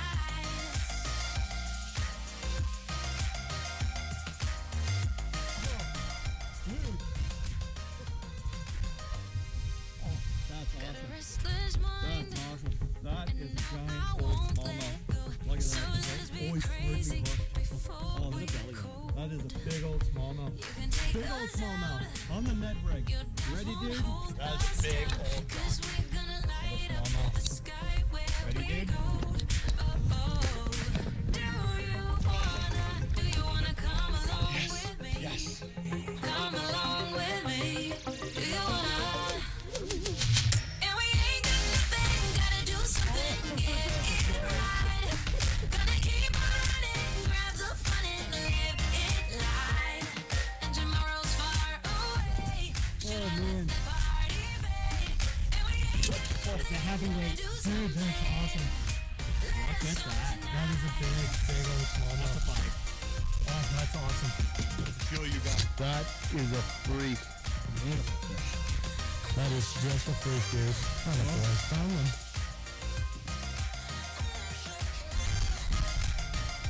Good work, dude. That's a huge smallmouth.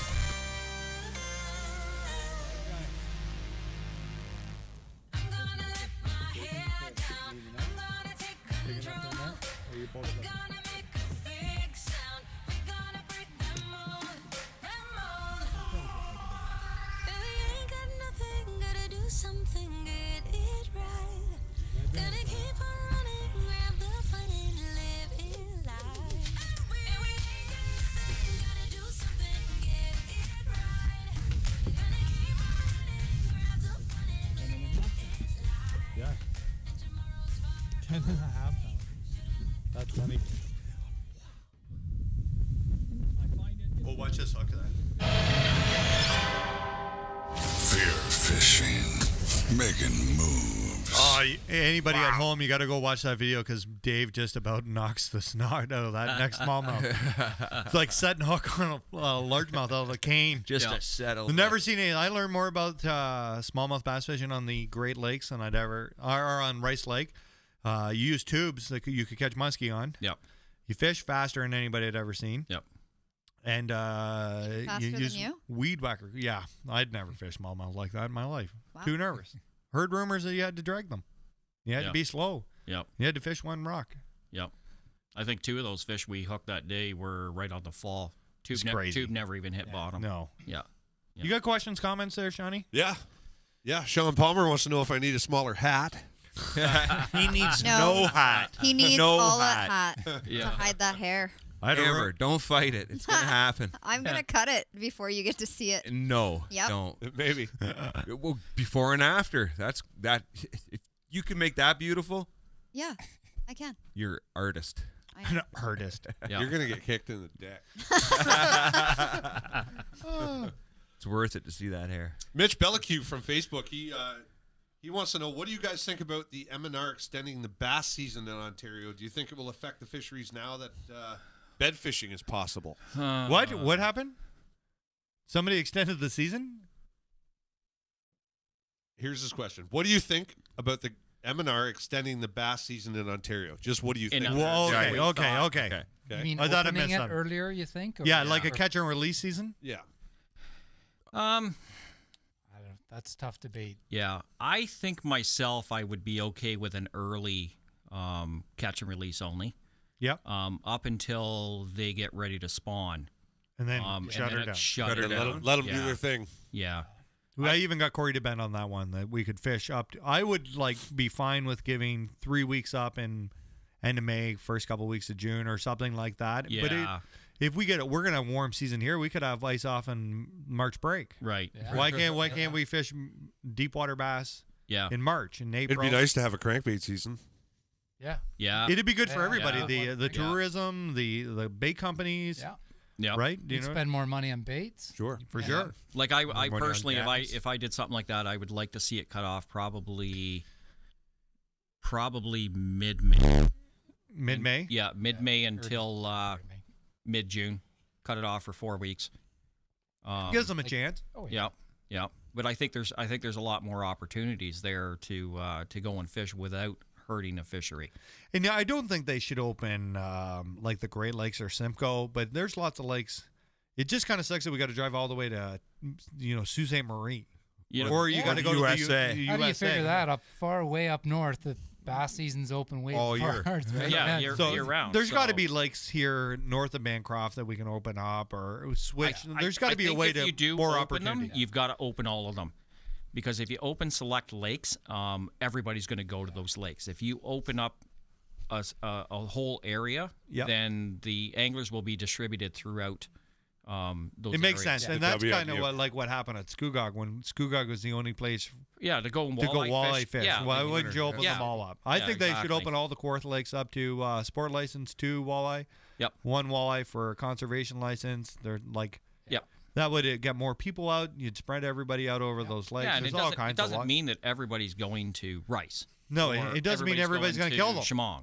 Like people have their lakes that they like to fish that are sure. outside of the main Kawartha lakes. Sure they do. Anytime we can get more opportunity for anglers, I'm down to do that. Yeah. Because it's not going to hurt anything. Yeah. I got another question from Facebook from Teacup.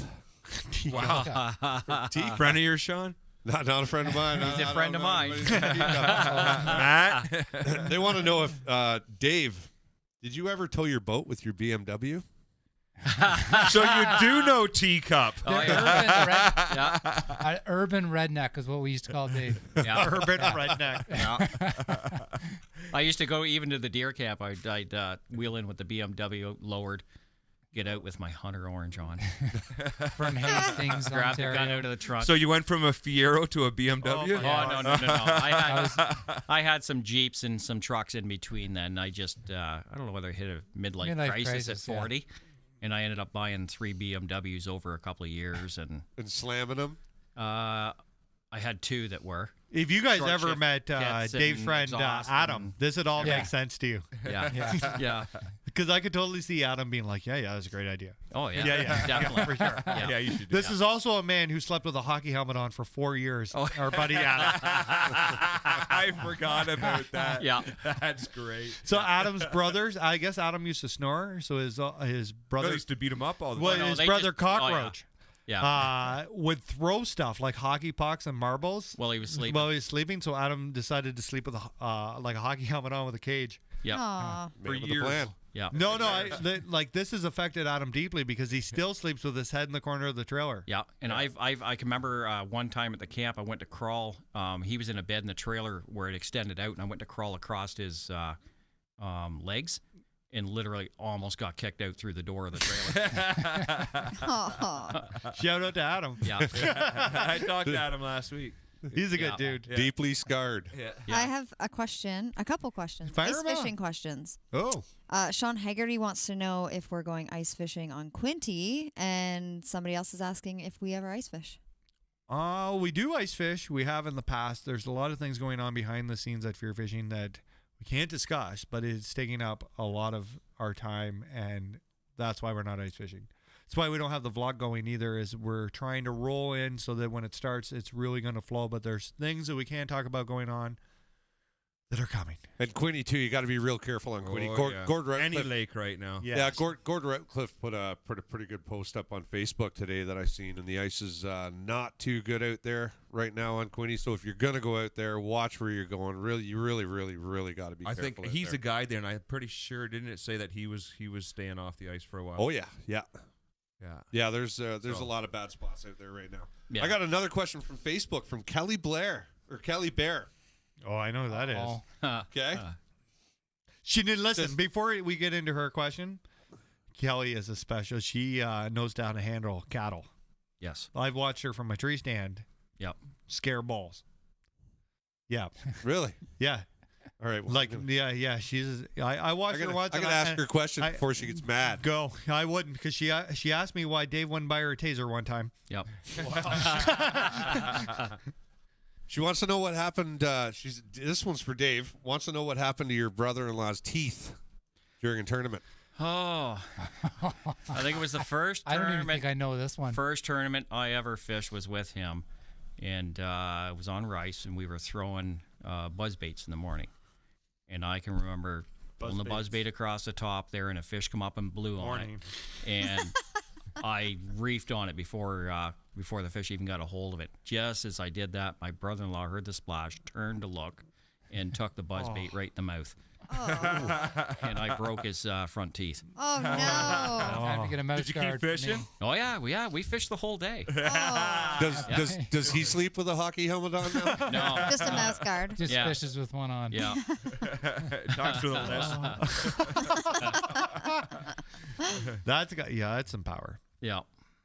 Where do you throw that buzzbait in the morning there, Dave? Yeah, I hear a pattern going here. With Ian's actually making Oh, notes. man. Nobody has ever seen Ian make You know what? notes. Hardly anybody throws a buzzbait That we anymore. used to like do throwing that buzz baits. religiously. Yeah. That's what we started. I like throwing buzzbaits for every morning. smallmouth. I remember one time it was like 1 o'clock in the afternoon, and we come across a spot, This and is Matt, a buckhorn, right? yeah, Matt looks at me, I'm and like, I have this feeling. that a fish is going to eat a buzzbait. And So at 1 in the afternoon, pick it up. And Yeah, I pick it up, I rifle it down into the pocket. I get about 4 cranks on it, and about a 4.5 eats it. on tri-lakes. Now, the only thing that I didn't realize is on those first couple of cranks, it was on a right-handed reel, and I'm left-handed. Oh. I picked up Matt's rod. That's why I always remember catching it. Yeah. Like, I thought that was You you did. that got the fish. I ended up hooking that fish, and it was one of those like this, trying to wind it back in, and I just handed him the rod. That's awesome. And he brought him the rest of the way in. Teamwork. We Yeah. finished second on Top Bass Skoogog tournament, and we stopped at the marina, run down Skoogog, and Marley and I used to use each other's rods all the time. So I grabbed his rod with a Senko on it and skipped it under the dock, set hook, and a giant, well over 5.5 pounder comes out of this pontoon, and he looks at me. He goes, "Don't panic. That's 8-pound mono. You'll be fine." And he uses like the whippiest rods ever. Yeah. Like even I remember I've told this story 100 times, but I'm throwing a frog. Fish blows up on a frog on Skoogog. Marley flips in with a flipping jig, sets hook, lands a 4-pounder. Out of the corner of my eye, I see a fish. It's a lily pad bed on sand. I see a fish jump beside the boat. I grab his rod, throw it 2 feet over the side of the boat, set hook. And it's like a 5-pound smallie. But when I set hook, I didn't realize he uses like a noodle rod. Right. So I get to, like, if it would have been my rod, it would have stopped here. But I'm back here and it's still bending, and he's like, keep going, keep going, keep going. And like by the time I get way back here, I finally set hook into this fish. Yeah. So in 2 casts with 1 rod, we caught 9 pounds of fish. Nice. Oh, nice. Yeah. Yeah. Like it happened in 30 seconds. Yep. Like it just so magically happened that when he flipped the largemouth in, the flipping jig came out, and I just grabbed the rod when I saw, and it as soon as it hit the water, Smalley grabbed it. So you guys talk about when you first started bass fishing, you built your own boats. Yep. Yeah. Mitch Bellicue wants to know, what was your first bass boat that you owned that you didn't build? Mine was a Javelin, 379 Javelin. Center steer? Speed machine. Nope. Dual console, 150 fast strike. The thing was a rocket for a. It was only 17'9", but it was a rocket of a boat. I used to sit beside guys in 20-footers with 2 1/4s, and guys would always come up and say, "What have you done to that boat? Why is it so fast?" Well, I did a lot of setup work on it and stuff to get it. Everybody should know that you're a marine mechanic for years and years and years and years too. Yeah.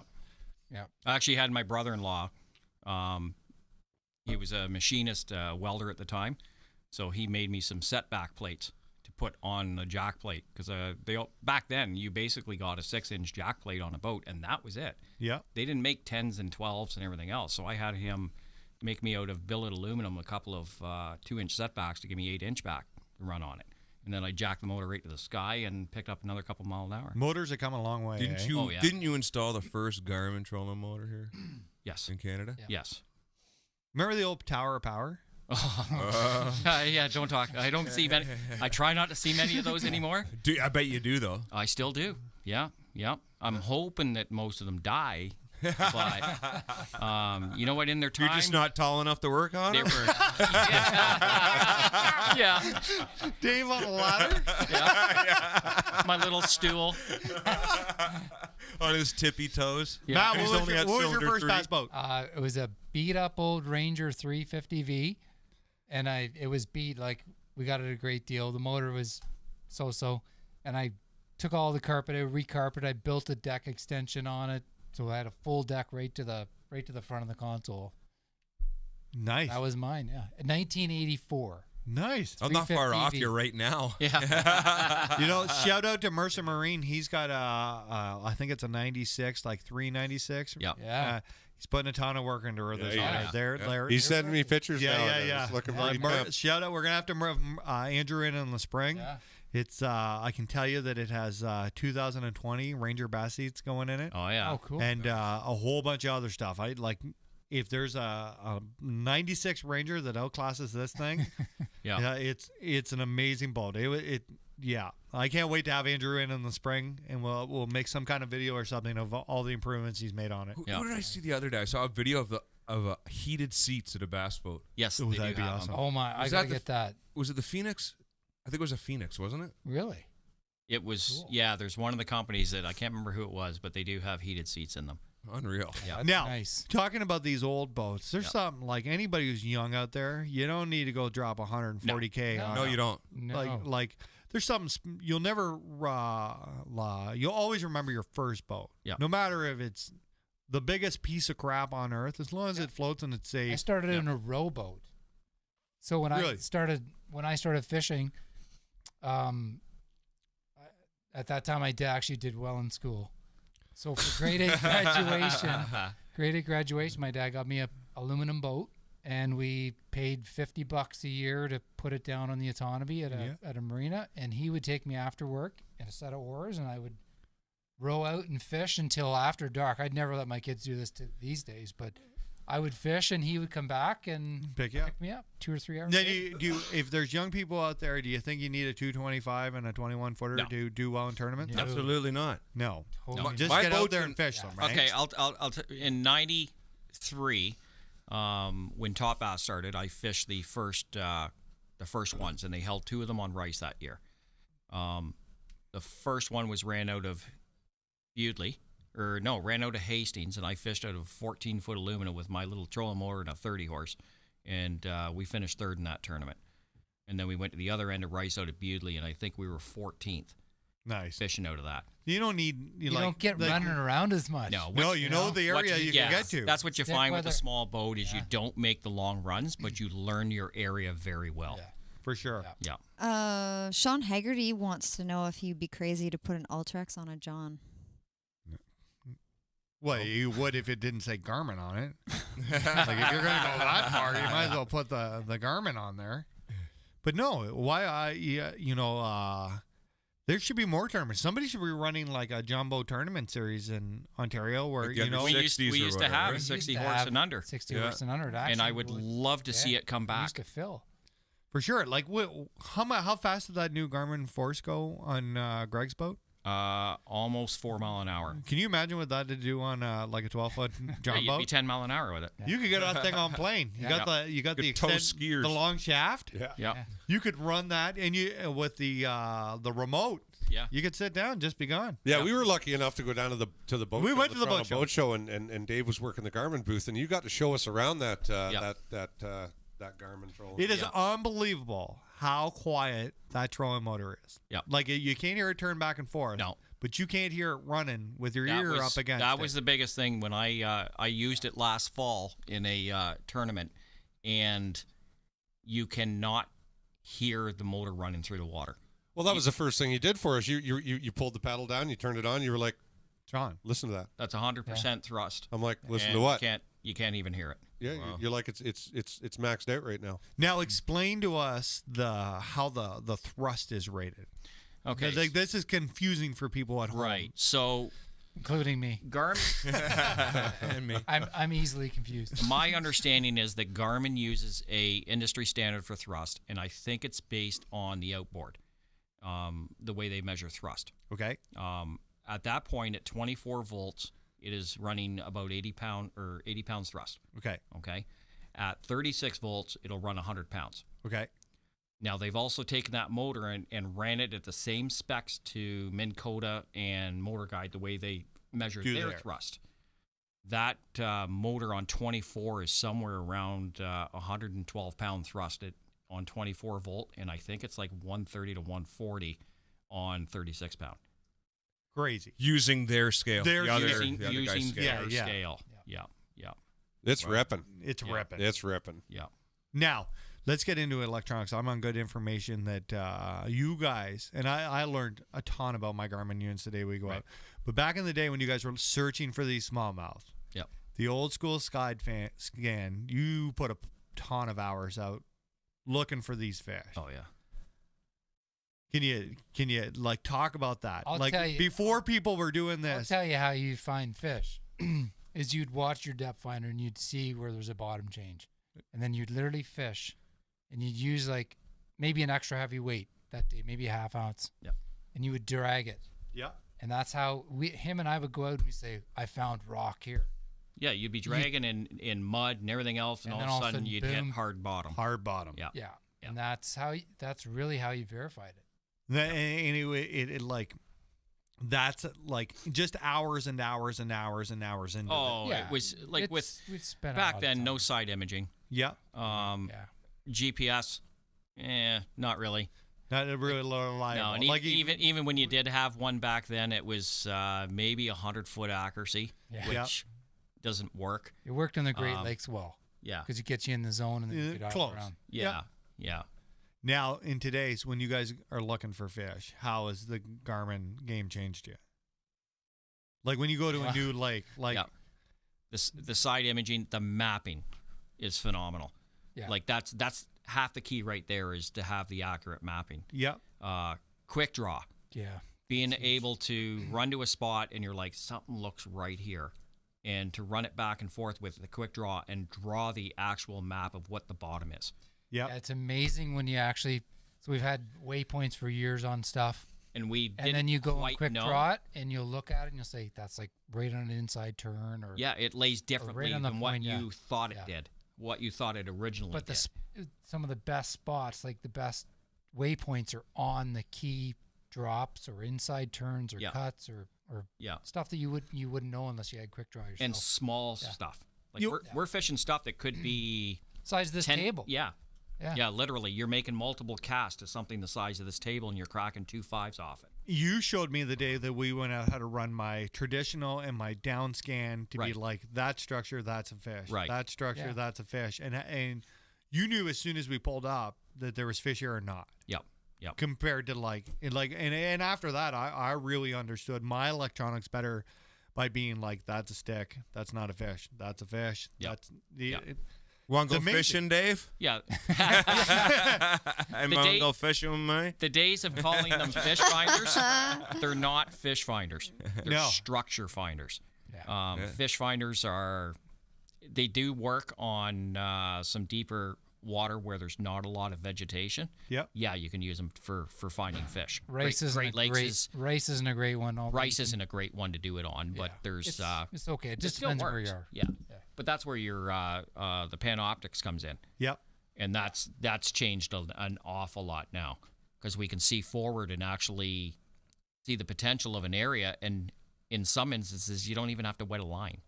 You can pull up on something and drop the Panoptics and scan it. And if you don't see anything there, They're not there. It's not worth fishing. No, you're absolutely right. I've seen Corey and Chris in tournaments pull up to a spot, throw their. Oh yeah, they're masters. I see them throw their trolling motor down, do a couple swipes, and pull it back up, and off they go. I can remember when they first had the Panoptics, like we had it too, eh? Yeah. And I remember watching them drop on a spot, and I can remember afterwards at the tournaments, the guys going, "Those guys just dropped on a spot, dropped the trolling motor, looked around, pulled up, and left." Yeah.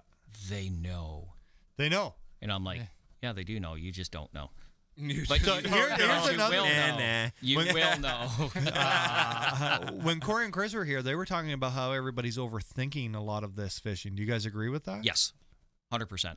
Like they're overthinking. People are overthinking baits, color. I think I still really only have about 4 or 5 baits that I consistently throw year after year after year after year. I don't get caught up in a lot of new technologies and baits. Yep. I will try some, but I still a lot of times go back to the old. I think buzz bait in the morning. Actually, you don't throw that much anymore. It doesn't seem to work as well. No, But I think that everybody only has about 4 or 5 different techniques that they're really good at. Yep. So excel on them. That's a good tip. Learn how to catch fish on those. Not like me. Instead of, I've got like 25 rods rigged with all different techniques. That's me. The guy that is you. That's me. You know what? The best thing is when Sean has a great idea. When he calls you on the way to fishing, he's like, "I'm going to knock your socks off. You're not even going to believe what I'm going to throw today." Yeah. Yeah. But I think that Banjo Minnow. Hey, it's man, gonna work. Why did they quit making those? I know. Right? Can we still get them? It's best kept secret ever. Yeah. I bought a box of those, and I also bought the flying lure.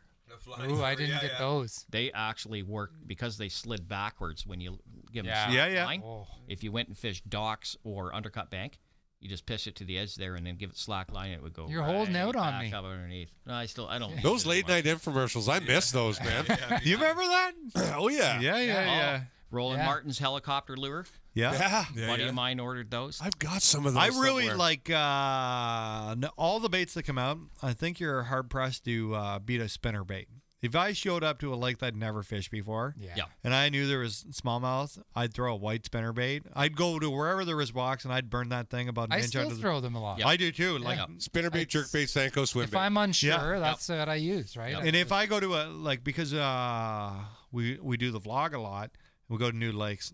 I will swim a jig. Yep. And then because I can swim a jig over something shallow, but then I can flip it into a deep weed. Now I can throw it at a dock. It's really versatile. Yeah. But I think the big thing is that if you can catch, if you have confidence in a bait, you're fishing it a lot better while you're fishing it because you're like, I could catch one. When you get something and you're like the third day of not getting a fish, you don't have the confidence when you throw that lure, right? Yep. Mike Williams wants you guys to leave my hair alone. Mike Williams has got pretty good flow going. Yeah. He's got a good flow going too. I've seen that. He's mullet bound. I know Hopefully it. we can get Mikey on at the Peterborough to stop by the. Yeah, that'd be good. Yeah, he's a beauty. Yeah. He is a beauty. I can't He's see always him got at the good show. cars. I got a pretty good comment here from Tim Smith on Facebook. It says Bairstow was the best fisherman I've ever seen growing up. Glad to see it all paying off. This is awesome. Oh, Thank you. So Tim is a friend of mine that I have had for years and years and years, going back So to you high paid him school. to make that comment. Yeah. It's like No. having your mom type in, man. Yeah. Doesn't count. So he lives in Ohio, and I don't get to see him as often as I'd like. Nice. Oh, that's awesome. Nice. So- Well, thanks for chiming in. Yeah. man. You know what we need to have on? John. We need to have John on to talk about his bees. Oh, gee. He could bring his. That'd be a pretty slow-paced show. Yeah. Yeah, it's pretty interesting Yeah. though. I had about a 4-hour conversation with him in the trailer about bees. Yep. Holy. Yep. Wow. He's a wild man. What they were swarming on the tree and he went out and just Oh, got yeah. them? Yeah, in a pair of shorts and flip-flops. What? Yeah. Listen, Seedless like bird or yeah. what? So they left the hive. I guess they were upset with the hive or something was going on, or the queen left. And I guess they were like, and John's telling me this, and I had a couple beers at that point. Yeah. And they're like swarmed on a tree, So like millions of bees. Yeah. Like Yeah. millions of bees on a tree, like covered. And I was like, wow. And I was like, well, that's really impressive. And I was, and he's like, well, I went and got them. And I was like, what do you mean you went and got them? Like, he's like, oh yeah, I just went over there and scooped them off the tree and put them back in the hive. Cut the branch off, threw it in a bin, and carried it over and put it shaked it on the hive, and they. On what level of like zen do you got to be like, this is a good idea? Yeah, bees. Yeah. I'll pass on that one. Yeah. It's pretty interesting though. Let Mark do that. No. Got to get some of that. I got deep into asking this to do it. conversation. If a man, and you know what? I went and did some cattle work with John this year. Yeah. Let me tell you, when that man has a cut off hockey stick, I would not mess with him. No. How Canadian is that? Yeah, he may move a little slow, but he can swing that stick. You got any more there, Sean? Yep. Yeah, Doug Crawford wants to know, how do you guys think you guys will do this summer? Well, Maybe he knows something we don't. yeah, I don't know. Things are going to change up a little I'm this year. fishing with Sean Palmer for a bunch of tournaments. And He's then, a beauty. Yeah. And then Dave and I are doing rice. Yep. And who knows what else. Yep, I'm going to. So how do you feel about only landing fish on the right hand side of the boat? Oh, with yeah. Sean? I don't know. Really?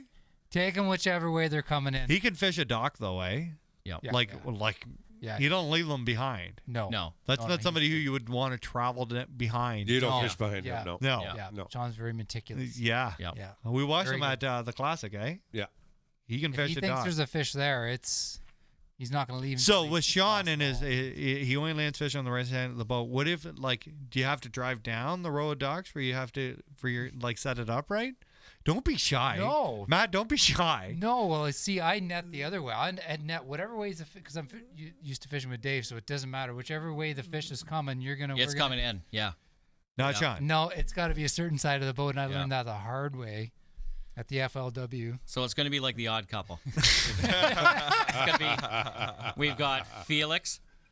I think we got to spray paint the side of the boat like fluorescent green or something, so I don't mess it up. Yeah. So I know that's the side we got to go to. Yep. Because in the heat of the moment, I'm just like, I don't care. Let's just get this fish. Yep. Wow. I didn't know that. That's awesome. Right-hand side of Fishermen the are boat. strange. Yeah. Man, if you saw the routine here that goes on before we go fishing, but if I don't do it, I'm upset. Yeah. Like it throws my day off. Yep. Like when Amber and I first got together, she was trying to carry the electronics out for me. And I was like, no, don't touch anything because I'll forget something. If I don't routine it properly, like coffee, right? I get up and I go and get a coffee from Tim Hortons to move the car out of the way of the boat. And then I come home and I start loading stuff like rods, tackle, camera gear, batteries. But if I don't do it in order, I'll forget something. That's like at the ramp. And then we go back to Tim Hortons to get breakfast because I've already finished the first extra large. I've seen us forget to put oil in. Really? Not have enough oil and have to buy it on the lake. No gas. No gas. Oh, well. Forget to charge the batteries. I have like a system. Like I'm the most unorganized person in the world, but when it comes When to he like says boats, we forget, that's usually me. Yeah. I noticed he kind of looked at you when he said that. That's usually me. Yeah. Now, you guys did really well. You've done really, really superbly on Rice Lake. You won the 2013 Classic, Top Bass Classic. Yep. Now, you guys had a problem with people following you around. And Matt, you decided to wrap your own boat. We won the tournament. Let me just tell you the quick Okay, story. go. Yeah, Yes. yeah. No, we got time. We won the tournament. This is a community hole, not another boat the whole tournament. Yep. A couple guys would stop on the way back in. I couldn't even believe it because I told them when I found the fish biting there, I'm like, They haven't be been here in prepared. years. And Be prepared. There's going to be tons of people.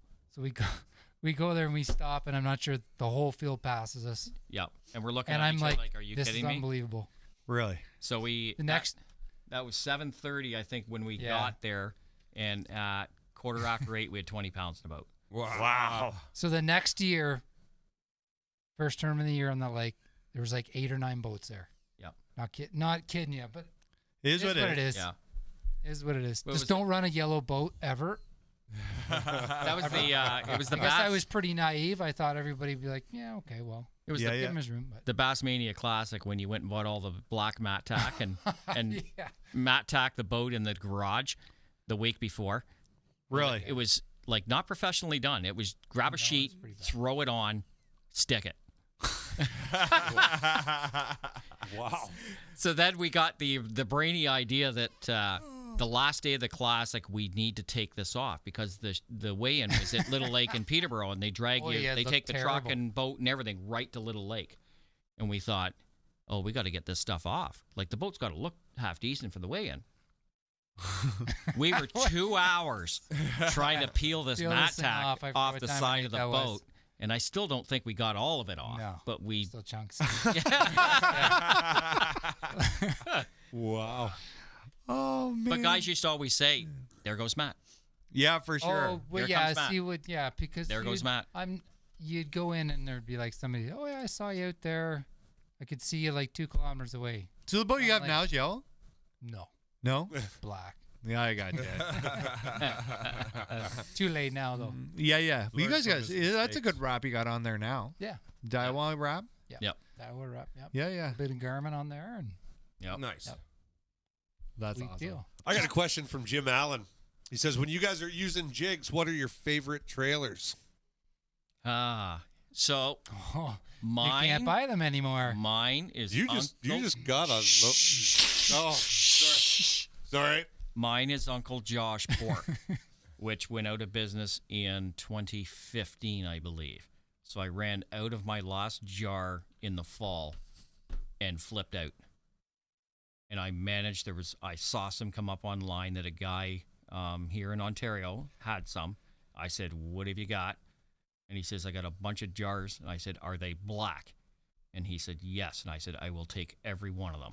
So I bought 18 jars of Uncle Josh black pork. Dave, whoa. Who bought 18 Well, jars? actually, Mark made the deal and paid the guy. Yeah.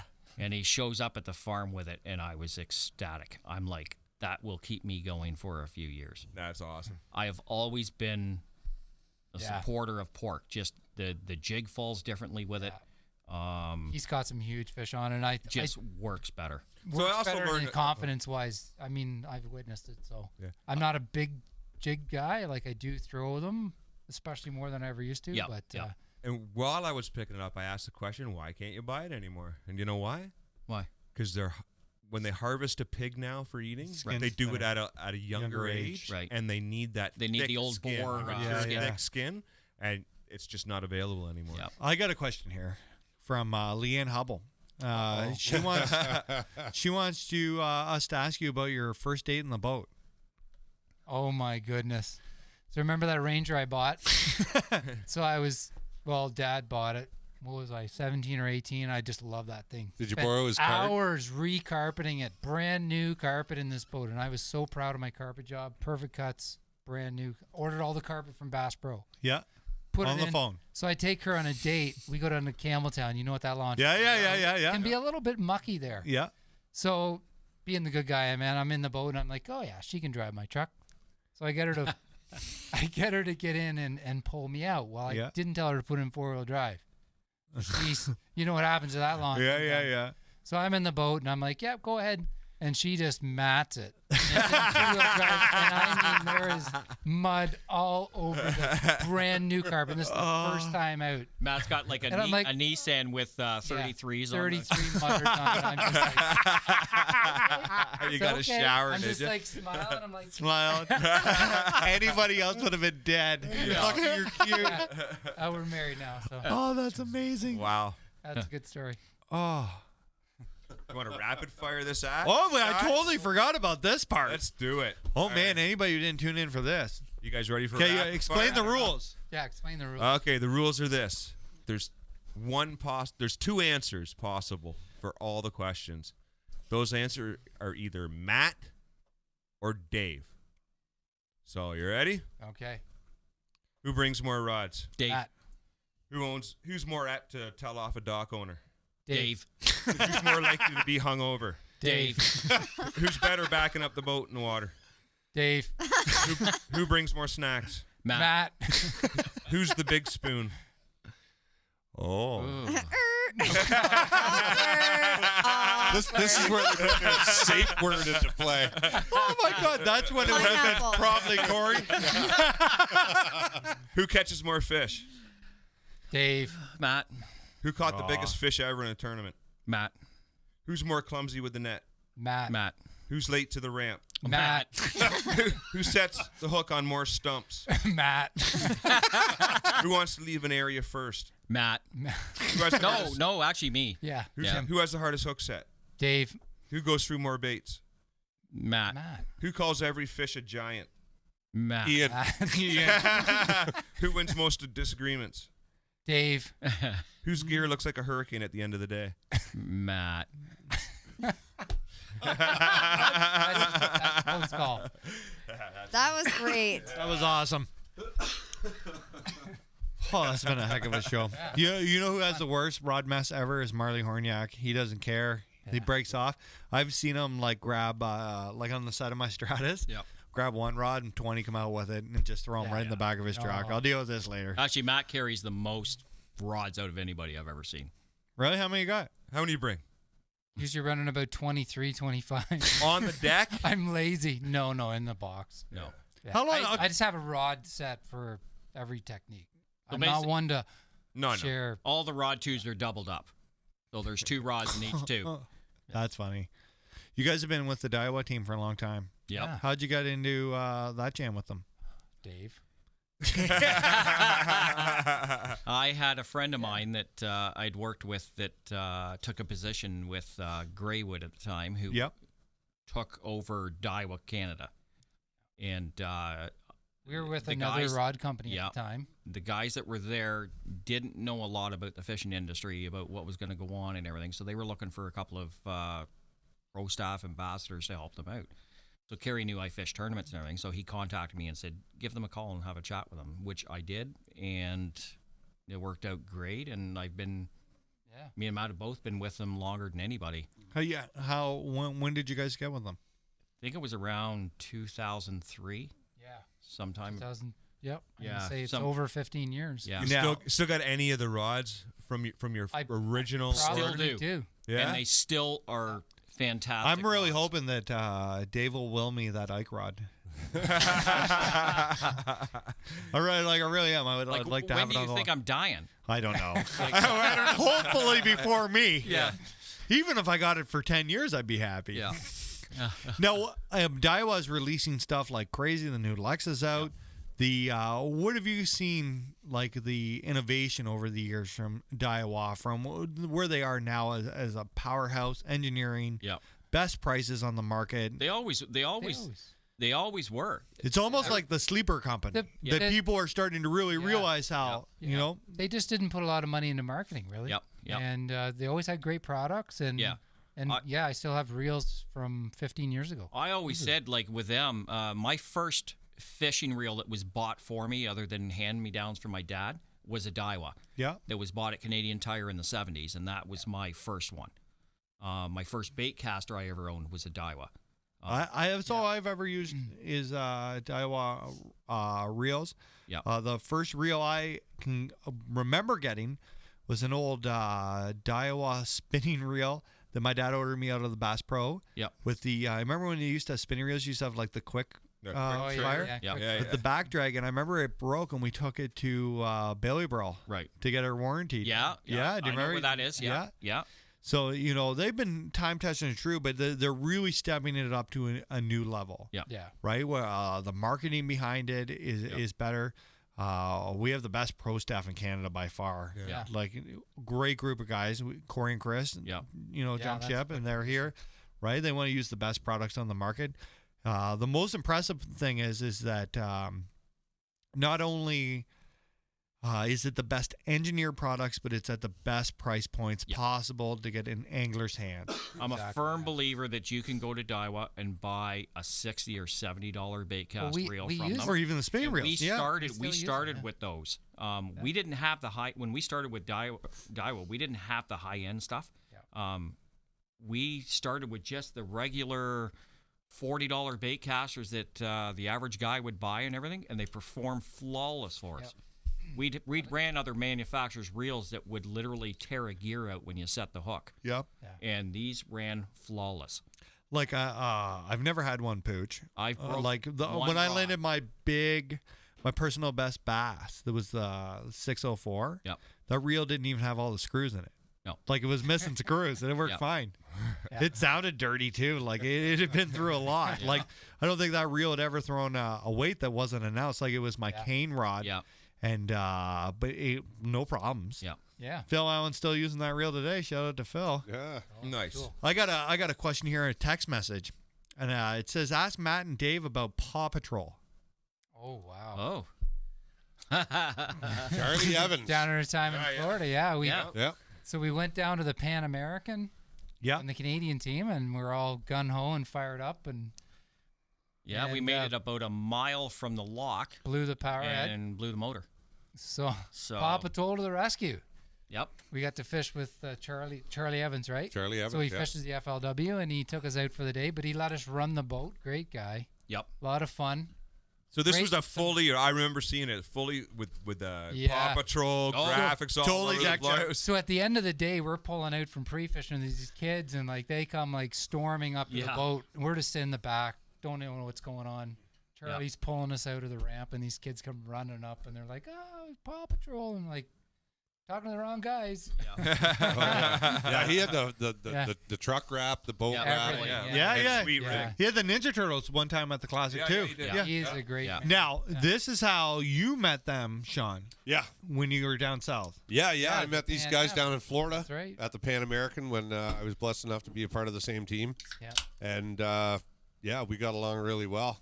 Yeah. That was really well. That was an amazing experience, wasn't it? It was Yeah. unbelievable.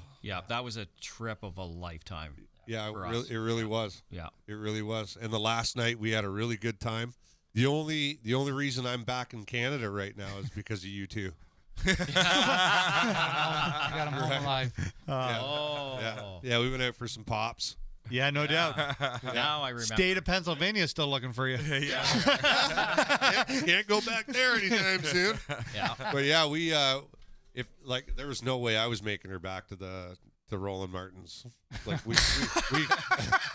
crossed town, and I remember. I don't think you knew where you were. No. I didn't think you knew you were in the United States. I remember we went to this bar, and people told us too. They're like, "Don't cross this road." We're like, "Okay." Yep, we're crossing the road, right? And that's where we're going. We went to this bar and we went in there and we started playing pool, and one thing led to another. Next thing you know, I don't know, it was like 3 or 4 o'clock in the morning. It was late. Yeah. And we were doing the old 1 step forward, 2 steps back, and I just followed their shadows. Their shadows. Yeah. And they were fantastic. Yeah. Like they're telling us don't go to this bar or whatever because you're in a bit of sketchy part of town, and we're like, we're Canadian. Yeah. Yeah. We can get along with anybody. Yeah, we can go anywhere. Oh, we were best friends with them by the end of the night. Yeah. We had a really good time. Yep.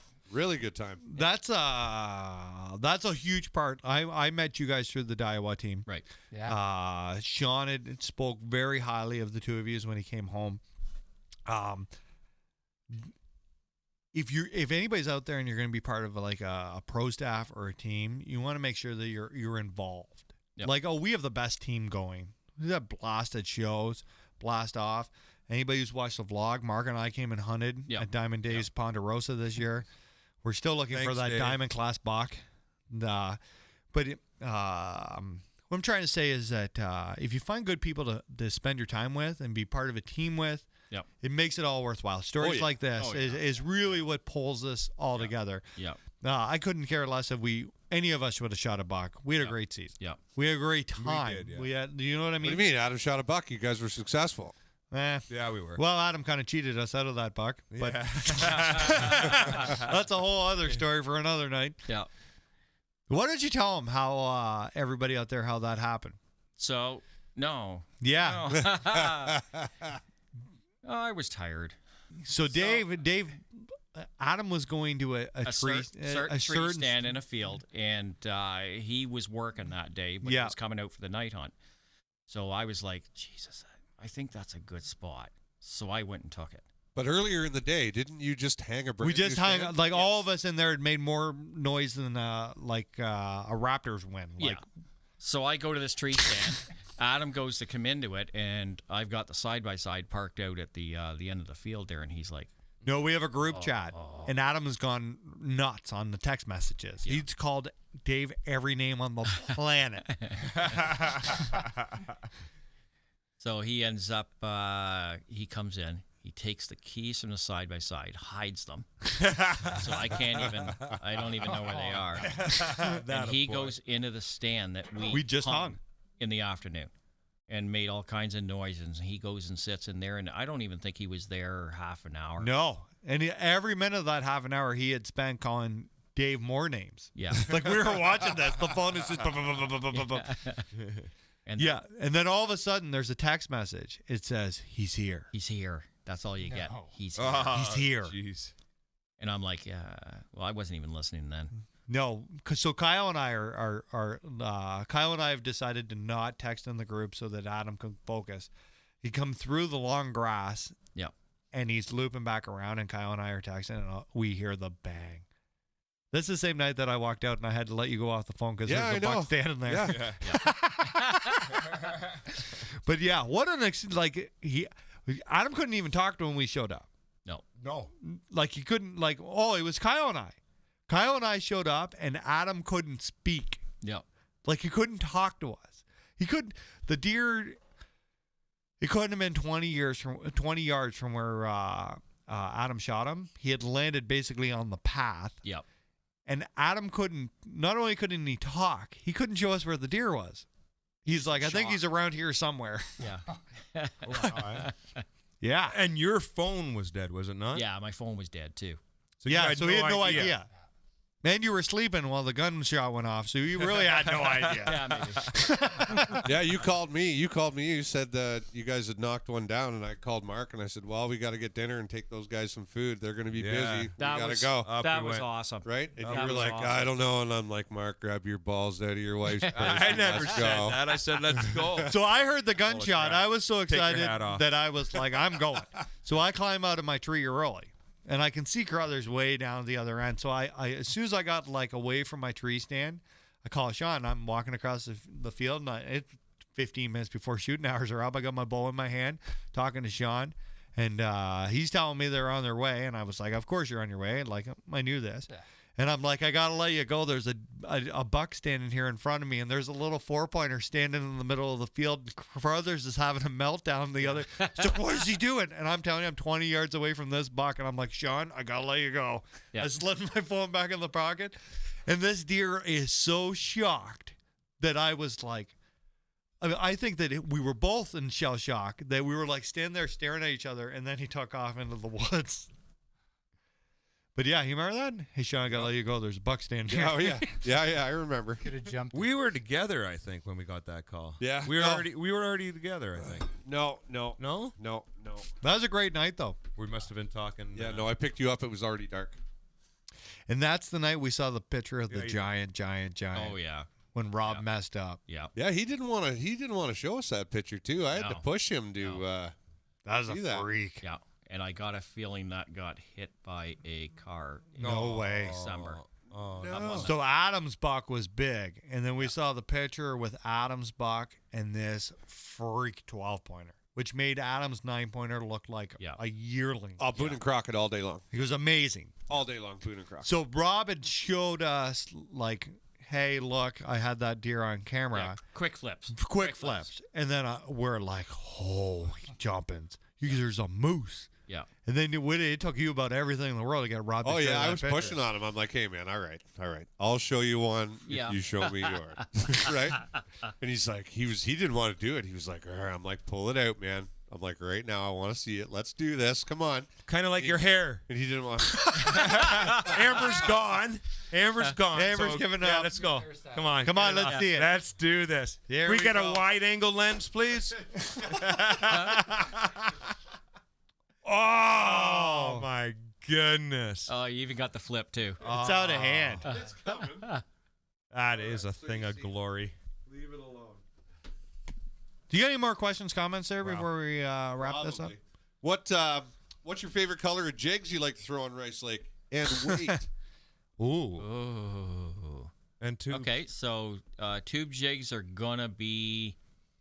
Matt's dying right now. Yeah, I know he is. Just like, shut up, Dave. You're going to give him the juice. He's like, Dave, tell him 2 ounces. Any natural color. So, and we do throw all different colors, whether it's green pumpkin,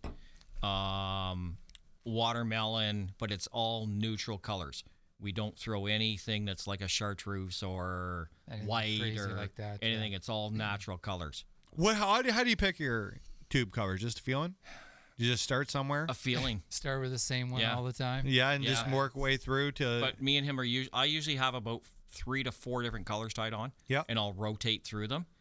That doesn't mean, like, if I catch a fish on it, I don't say, okay, well, that's all they're going to eat is that color. Yeah. I'll Honestly- still rotate through on the other colors. Yeah. I Now, really do you think find that that's changed over the years for the No. Rice Lake with the water clarity change? Nothing. Nope. Same colors we threw 20 years ago, the same colors we're throwing now. Don't overthink it. Yeah. Don't overthink it. Weights. Trying to recall if there's been any time where we've said, man, our old faithful is not the one to use. No.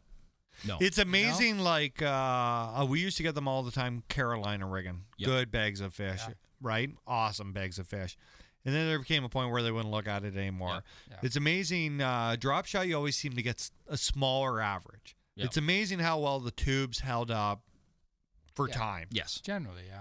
Yeah. If you get like if you're fishing rice and you set hook on a fish on a tube, he's not getting off, Yeah. and he's usually a good one. Yeah. If, right? Like if you told me you could go to one lake and you can only take one bait with you, other than a Senko, okay, I would pick a tube. Really? I would take a tube. That'd be your Over a go-to. worm. Yeah. What would you take, I would Sean? Take a tube. What? What would you, if you could take I'd one? take a brush. No doubt. No, you would. He'd take a Tokyo rig with a 7-foot leader running off it with Yeah. a Tokyo beaver. rig's a solid bait, man. It's Is that the not. one you took that day? Tokyo rig sweet. No, he's had so many bad ideas. It's not even funny, but he's really confident in them.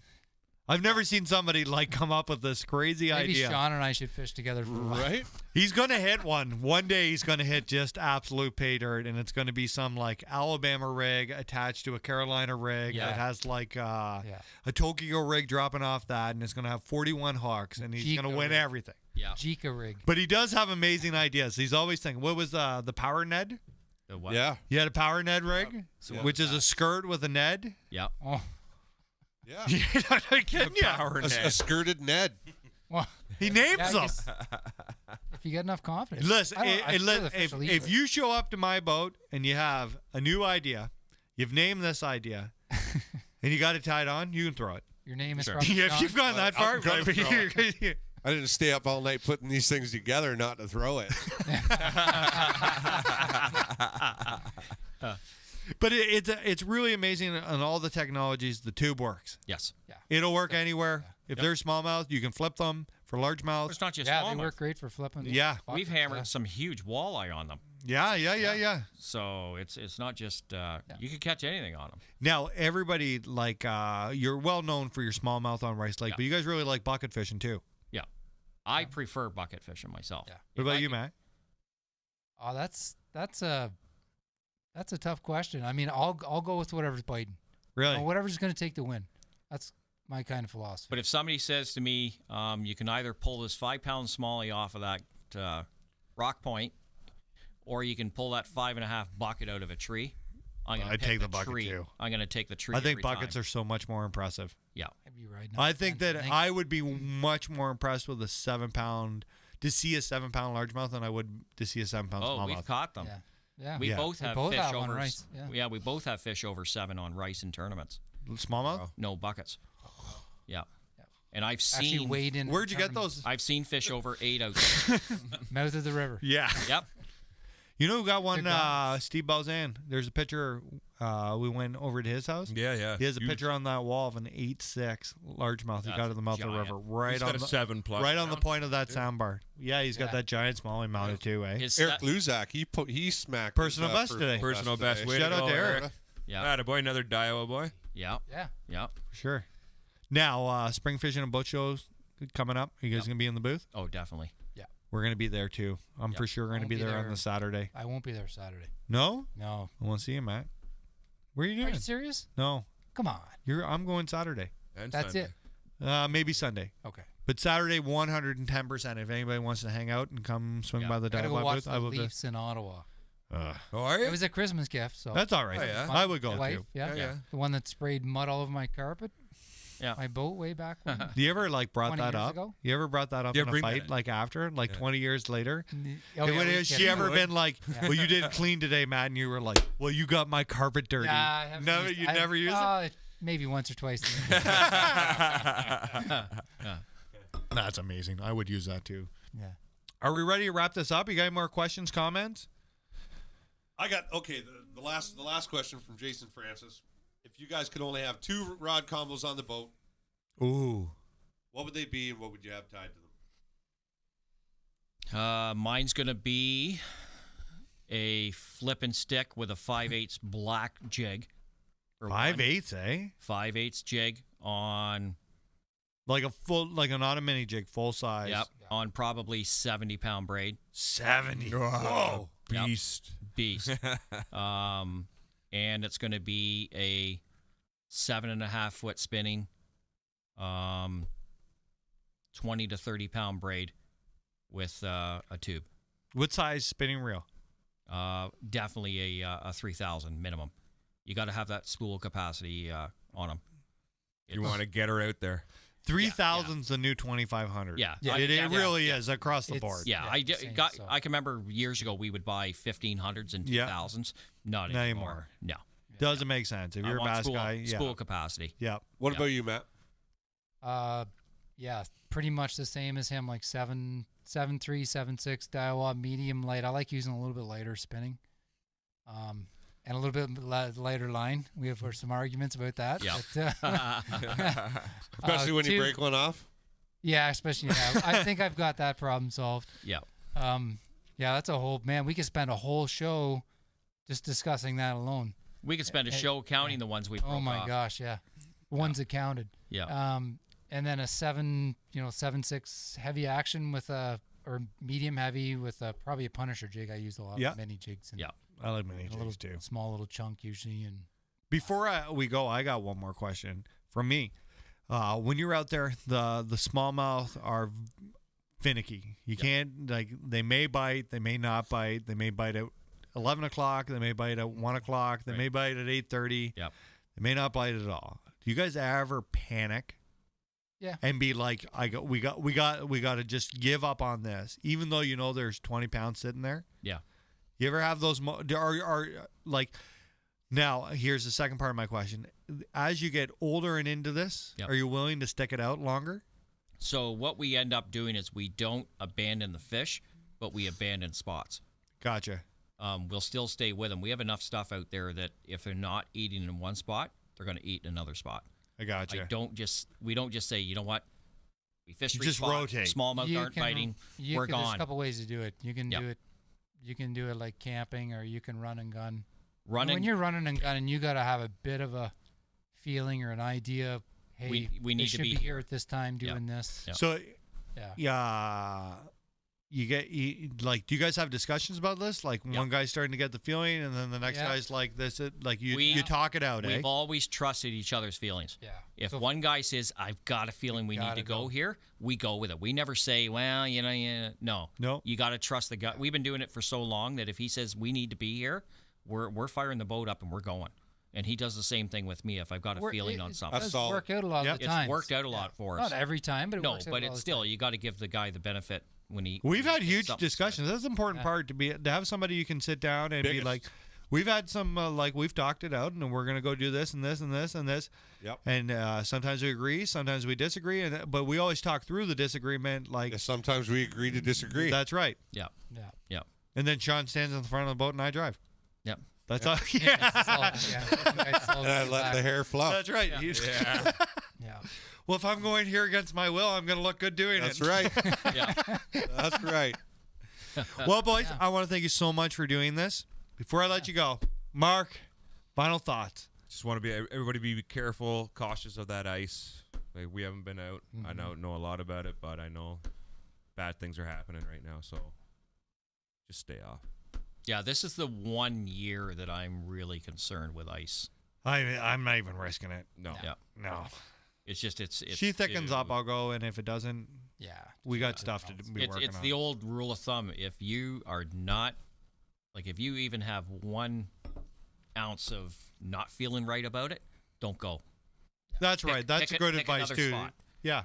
Yeah. Sean, you got one? Yeah, I do. The fishing industry actually lost somebody that had a huge impact since he started. Forrest Wood passed away last week, and I just want everybody to keep him in your thoughts and prayers. His family too, Our yeah. thoughts and prayers go out to his family and everybody that knew him. Yeah. None of us would be doing tournaments if it wasn't for him, probably. That's very true. Did we see him when we were in Indiana? Was he there?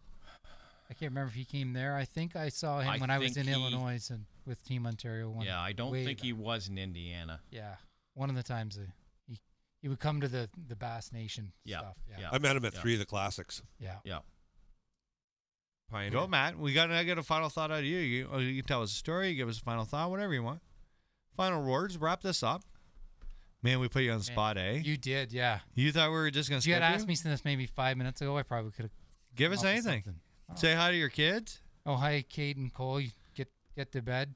Oh, no.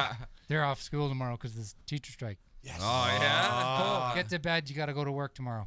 That's funny. Can I give them instructions for tomorrow? You can do whatever you'd like. This is your moment. Meet your grandpa at Selwyn Road tomorrow morning at 7:30. No.